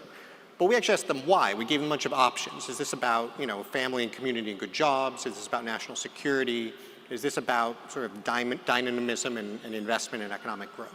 I sort of figured it would be like, it's about jobs, maybe security. And Americans actually picked dynamism and growth as, by a significant margin. That was their top reason they cared. And that was across political groups. That was across classes, less educated, more educated, high income, low income. And exactly to your point, I think it's just something we don't give people enough credit for. I mean, not only are they quite wise in this respect, they are so much wiser than the economists who got this exactly wrong for so long. I was struck by the speech that you gave at the American Dynamism Conference, which I think touched on a lot of this, because you focused on what is on one hand a real challenge in the new conservative coalition, where on one hand you have the working class, you have labor, on the other hand you have technologists, folks who are very focused on innovation. And I think you made what is such a critical point, which is that these are not necessarily in conflict. Ultimately, success is defined by the extent to which we synthesize these things. Yes. I think conceptually, in my mind, that's absolutely right. In practice, that can still be hard. I think there are a lot of places where you still see these collisions. Where do you see the biggest opportunity to actually bring these folks together, to actually build on that idea and show that, no, in fact, you do have the same interests. There is a real opportunity to move forward here. Well, I think that it's interesting you mentioned the American Dynamism speech, because I do think that's actually where the synthesis is, right? That if you believe in growth and you believe that, to have any opportunity to make people's lives better, you actually need sustained GDP growth, then you actually need to have the kind of industries that can support broad-based technological innovation. And so I think that really is the combination. Like, why do I care so much about manufacturing, and why do I care so much about the kind of educational institutions we have to support those industries? It's because, yes, I care about workers and I care about their wages, but I do very much care about innovation, and I don't think you can have one without the other, right? So the classic way of talking about this is to say, well, if you open up an iPhone and you look at the box, it will say designed in Cupertino, California, right? And of course the implication is that it's manufactured in Shenzhen. In reality, it's not necessarily even designed in Cupertino, California anymore. It's increasingly designed in the place that's manufacturing it. This idea that we can separate the making of things from the innovating of things is, I think, totally farcical. You see this in pharmaceuticals in particular, where I think the countries that are really good at manufacturing pharmaceuticals, especially like the next-gen biologics and large molecule pharmaceuticals, those guys are increasingly really, really good at innovating in pharmaceuticals too. And you know, one way this has come up in our work in the White House, and I won't get into sort of too many of the hairy details, but you know, we've been thinking about how to solve a particular problem, meaning a particular kind of product that right now we have access to, but we're starting to ask ourselves these questions about like, well, what happens if the country that we're trading with completely cut off access to this stuff? And so we're thinking a lot about the supply chain, about how brittle our supply chains are. And by the way, one thing that is shocking about the prior government, about the government we inherited the White House from, is if I, on January the 21st, in fact, I did ask this question, where are the biggest deficiencies in our supply chains? What are the 100 products that we're completely reliant on some other entity to make for us? Where are they made, and how hard would it be to onshore that manufacturing? I asked that explicit question, and the answer was, we don't know. Nobody in the prior government had actually asked these very fundamental questions. And so what is so crazy about the hyper-globalized era is that you had these basic questions about the brittleness of our supply chains that were completely uninvestigated by the very people who supported globalizing those supply chains. We were actually governed by complete morons, and we didn't even realize it until the Trump administration started to get underneath the hood of our government. But to take it back to sort of the point that I was trying to make. Okay, if you want to onshore this one piece of the supply chain, what kind of talent would you need in the labor force to make that possible? And I started talking to, you know, venture capitalists and technologists and people who run sort of industries in this space. And what kept on coming back is, okay, yes, there's a tariff question, there's a revenue guarantee question, there's a capital question. You know, how do you actually form the capital? How do you get the capital goods necessary to make the stuff that you're going to have to make? But the thing that everybody kept on coming back to is we don't even have the people who are skilled in this particular trade anymore because we've so offshored it. And you know, you realize the point about trade policy, all of this stuff is connected, but when you atrophy critical skills in the economy, it's not easy just to flip that switch back on. And I think that was the way in which the advocates of globalization were the most wrong, is they allowed the best skilled trades workforce in the history of the world to become a little bit atrophied. And I think we're still very good. Like, we actually have a pretty strong foundation from which to build, but we're actually not as good as we were 30 years ago in the basic question of skilled craftsmen who are able to do a whole host of different things very rapidly. That's one of the things that we have to fix in order for us to accomplish the things that we need to accomplish. The president's very focused on that, but it drives home, I mean, how much of a national emergency we're in, that we've lost critical skills, and we weren't even aware that we had lost those skills until a few months ago. Yeah, and of course, the part that drives me nuts about it is the same people who said it does not matter where things get made. Yes. It does not matter if all this goes overseas.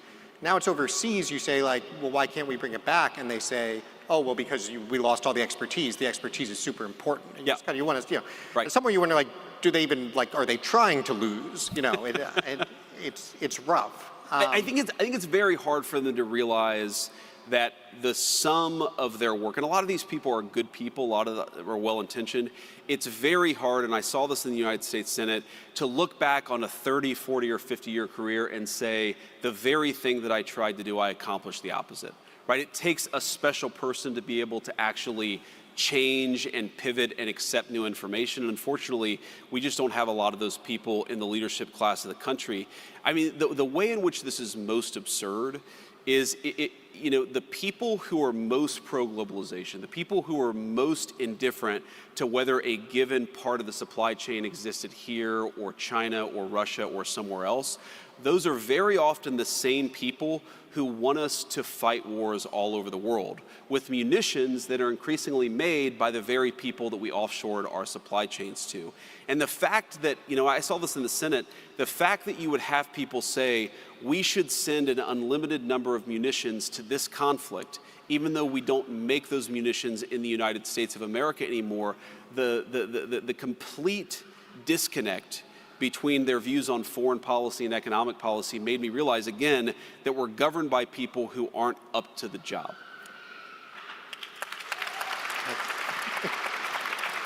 Until 4 months ago, when the American people actually gave the country a government it deserved, and obviously we're very early days, but I think that we've done more in 4 months to solve these problems.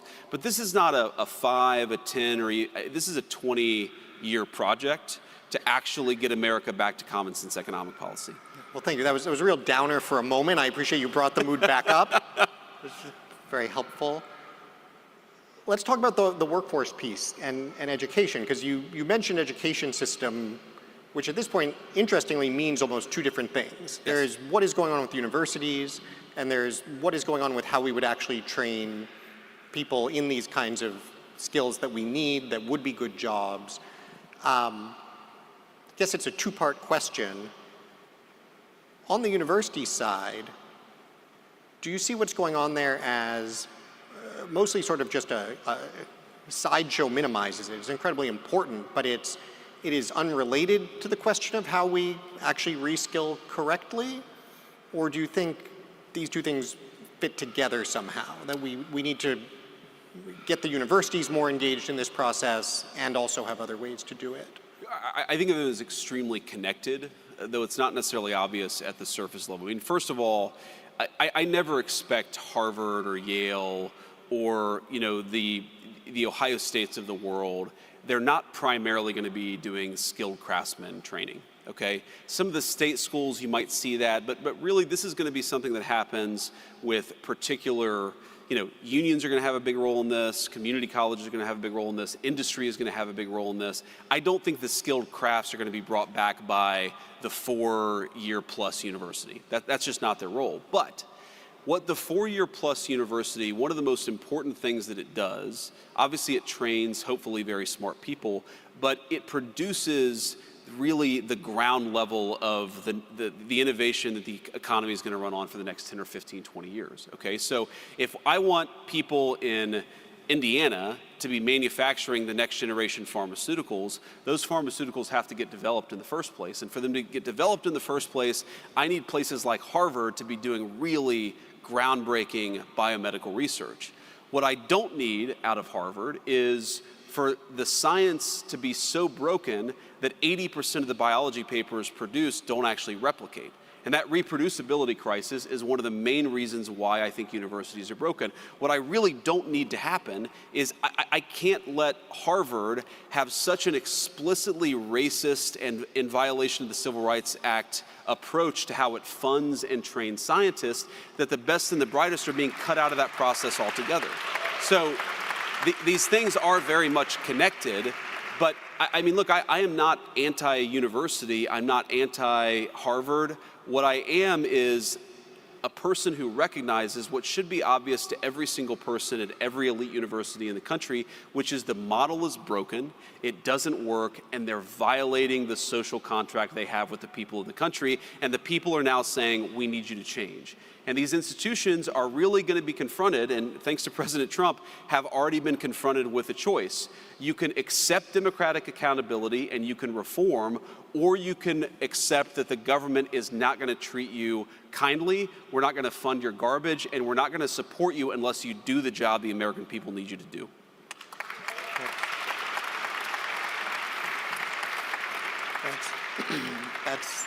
That is very well said. I found myself at one of these universities speaking to a faculty board the day after the $9 billion Harvard announcement. Did you tell them you knew me? It may have come up. It may have come up. I'm surprised you survived. You know, the thing about the faculty board in Ivy League universities, it's not the most imposing environment in many respects. They're not known for their toughness. No, that is true. I'll let you stand on that particular point, but this actually happened to me a few times. I in fact also was scheduled to go to Canada 2 days after you made the Canada announcement. I may need to run my travel plans by some more folks. But it was fascinating to have this exact discussion and essentially to try to make the point, nobody wants you to fail, but you are in a sense a quasi-public institution. You are relying on enormous both explicit and implicit public subsidy and participation in this contract that you have been violating wholesale for a generation. And so our preference would be that you guys decide to reform, but if you don't, this is the alternative. What do you think, what does reform look like? You described some of the things that, you know, are particularly problems. I guess to some extent the reform is just stop doing that. But what do you aspire to for our higher education system? You know, I'd say a few things. I mean, one, most obviously, is why don't you just follow the civil rights laws of the country? Like, that's a very easy thing to do, and that nearly every elite university in the country is explicitly not doing. Okay, so that's one thing that they might consider doing. I think the second thing is they've got to be willing, and I have a friend of mine who's a geneticist, very bright, you know, very bright young scientist. We have got to have a scientific community that is more open to unacceptable inquiry and that actually encourages bright young minds to go wherever the truth leads them. And I think that's where the universities have become almost quasi-theocratic or quasi-totalitarian societies. I mean, the way that I think about this is, you know, I don't know what the voting, you know, the voting in the 2024 election of Harvard University's faculty was, okay? My guess is that at least 90% and probably 95% of them voted for Kamala Harris, right? Very brilliant Kamala Harris, of course. But, you know, if you ask yourself a foreign election, a foreign country's election, and you say 80% of the people voted for one candidate, you would say, oh, that's kind of weird, right? That's like not a super healthy democracy. If you said, oh, 95% of people voted for one party's candidate, you would say that's North Korea. Right, that's totalitarian. That is impossible in a true place of free exchange for that to happen. And so I think the ideological diversity of these universities has to get much better. And I think that if that got better, if you actually had a place where people were open to debating these things and weren't terrified they were going to lose their job for saying something that was a little bit outside the Overton window, then I think the science would get better, the reproducibility would get better, the quality of the institution would be so much better. And that's what I want, because we need high quality universities. Right now the problem is we don't have them. Absolutely. I think we have time for one more question. Great. This is usually an awful cliched question, but in this case it's extremely relevant. As I think you know, one of American Compass's key activities, we have what we call our membership group. It's now more than 250 young policy professionals. Dozens of them are in the administration. They're senior staff on Capitol Hill. They're in think tanks. They are why I am so optimistic about the future and what I think is most important about our organization. And so it is not at all a cliche to ask, what is the advice you would give to younger people, admittedly not that much younger, who are deeply engaged in bringing about this kind of change? What do you need? What should they be doing more of? What are the things that maybe no one's doing because it's just not as much fun, but it's incredibly important? What are the things that never occurred to you needed to be done until you got to where you are now that you would like to assign to them all before you leave? So I've reached this stage of my career, I guess, where I'm now the old guy. You are the old guy. To offer advice to all of you. Again, you started out by calling me an intellectual, and your final question is effectively, hey, old man, give advice to all of these young people here. But let me say a couple of things. So first of all, I think that you guys should go forth with a lot of confidence, because the conversations that are happening in this room and amongst all of you are far more interesting and far more influential in the policy conversation than almost anything else that's happening in Washington, D.C. There was a time in my life when I was incredibly, I didn't like to talk about trade policy because I didn't have a PhD in economics. Well, it turns out that a lot of the people who had PhDs in economics were flagrantly wrong, and they were given... Would you like to be the chief economist at American Compass? I already have a job, man. We can do an honorary one. It turns out the title... Ask Marco Rubio. He's got like 5 jobs. Maybe he'll take on a 6th. But I think that there is still, among especially well-educated DC conservative types, there is still this sort of apprehensiveness about, well, I don't have this credential, so should I not opine on this topic? And I think that in reality, you've got to realize that the people who grant these credentials have been gatekeepers, and their ideas and their entire work in Washington has served to make the people that they should be serving poorer and less happy, has reduced their life expectancy, and has made the national security of the country weaker. Ignore those people. They don't matter, and you have to beat them and not worry so much about what they think. That's one piece of advice. I mean, this is to me the fundamental thing about our country. Right? There's so much good in it. There's so much brilliance in it. We still have the best science and technology in the world. There's so much that I'm optimistic about. The thing that really worries the hell out of me is that you have people in Washington who have been calling the shots for 40 years, and the life expectancy of their country has dropped.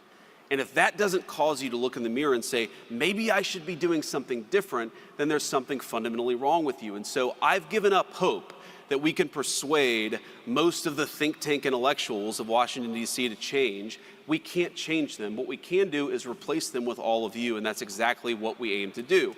That's number one. The second piece of advice that I'd give is, look where we are, right? This is a beautiful, beautiful place. Again, the last time that I was here, I was about to be inaugurated as the 50th Vice President of the United States, like literally the next day. Like, this is a very cool place to get to spend an evening. I'm sure the food is great. I'm sure the company is even better. But try to remember that all of this, the job that I have, the white papers that you write, the work that you do, it is all in the service of making normal people have a better life. And so try to find opportunities to actually get out there and see the effects of what you're doing has on the American population. Try to get out there and get to know your fellow Americans. Try to not be, the problem with the generation of DC intellectual that was so broken is they were so cloistered, they had no idea that they were about to get hit by a freight train. Don't ever be those people. Learn the lessons. I think one of the lessons you have to learn is be more open and be more willing to sort of test the Overton window. A lesson is that you've got to have conversations with everybody and not like try to cloister yourself off from everything that's happening intellectually in this town. But I think the most important lesson is to get out there and know the country that you serve. And every single one of you in some form or another are serving this country that all of us love so much. I think that if you actually get out there, it will give you an incredible optimism and hope for the country, but it will also, most importantly, give you an incredible sense of duty. You all are lucky to be here. You're lucky to have the influence on this country that you do. So get out there and do your duty with optimism and hope and a recognition that you're lucky to get to have the life that you do. Use that life to serve the people that all of us love so much. Thank you, guys. Thank you, sir. Yeah. Please join me in thanking J.D. Vance. Thank you all. For everything you're doing. Shout out to J.D. Vance. J.D. Vance, the Vice President of the United States. Most people say he's most likely going to be the next President of the United States alongside Marco Rubio. But God is the greatest. Hopefully, everything works out for J.D. Vance and Marco Rubio. All right, with that being said, it is currently 5:55 a.m. And of course, today's date is the 4th of June, 2025. Ladies and gentlemen, if you haven't subscribed to the channel, subscribe to the channel. If you haven't double tap your screen. Instead of looking for perfection, seek for consistency. Never give up on yourself. Never give up on your dreams. Never give up on God. Believe in yourself, believe in your dreams, and believe in Almighty God. God is the greatest. God bless the United States. God bless you and your family. Shout out to our esteemed members, the GOAT, Luke. Shout out to Ellie. Shout out to Sandra. Shout out to Ringmaster. Shout out to who am I not mentioning? I can't remember. Okay. Shout out to the legendary C. Shelley, our moderator. God bless you, C. Shelley. Shout out to Enders. Enders. God bless you, Enders. Shout out to Zyra's Garden. And everybody, thank you for tuning in. God bless you. Thank you. Thank you. Thank you. Fathers, take care of your kids. All right. And as an American, I am obliged to say thank you to the veterans. Thank you to the military personnel. You guys protect the homeland. And thank you to the law enforcement officers. God bless you for everything that you do. And I got to say, shout out to ICE. Shout out to Ice. All right. God bless you, ladies and gentlemen. Instead, I was about to say, instead of looking for perfection, I need some rest. All right. With that being said, God bless you. God bless you. I got to get some rest. Actually, I got to build a website before I go to bed. All right. Thank you so much for being here. God bless you. God bless America. God bless you. God bless America. And it is your boy Genesis. I am signing out.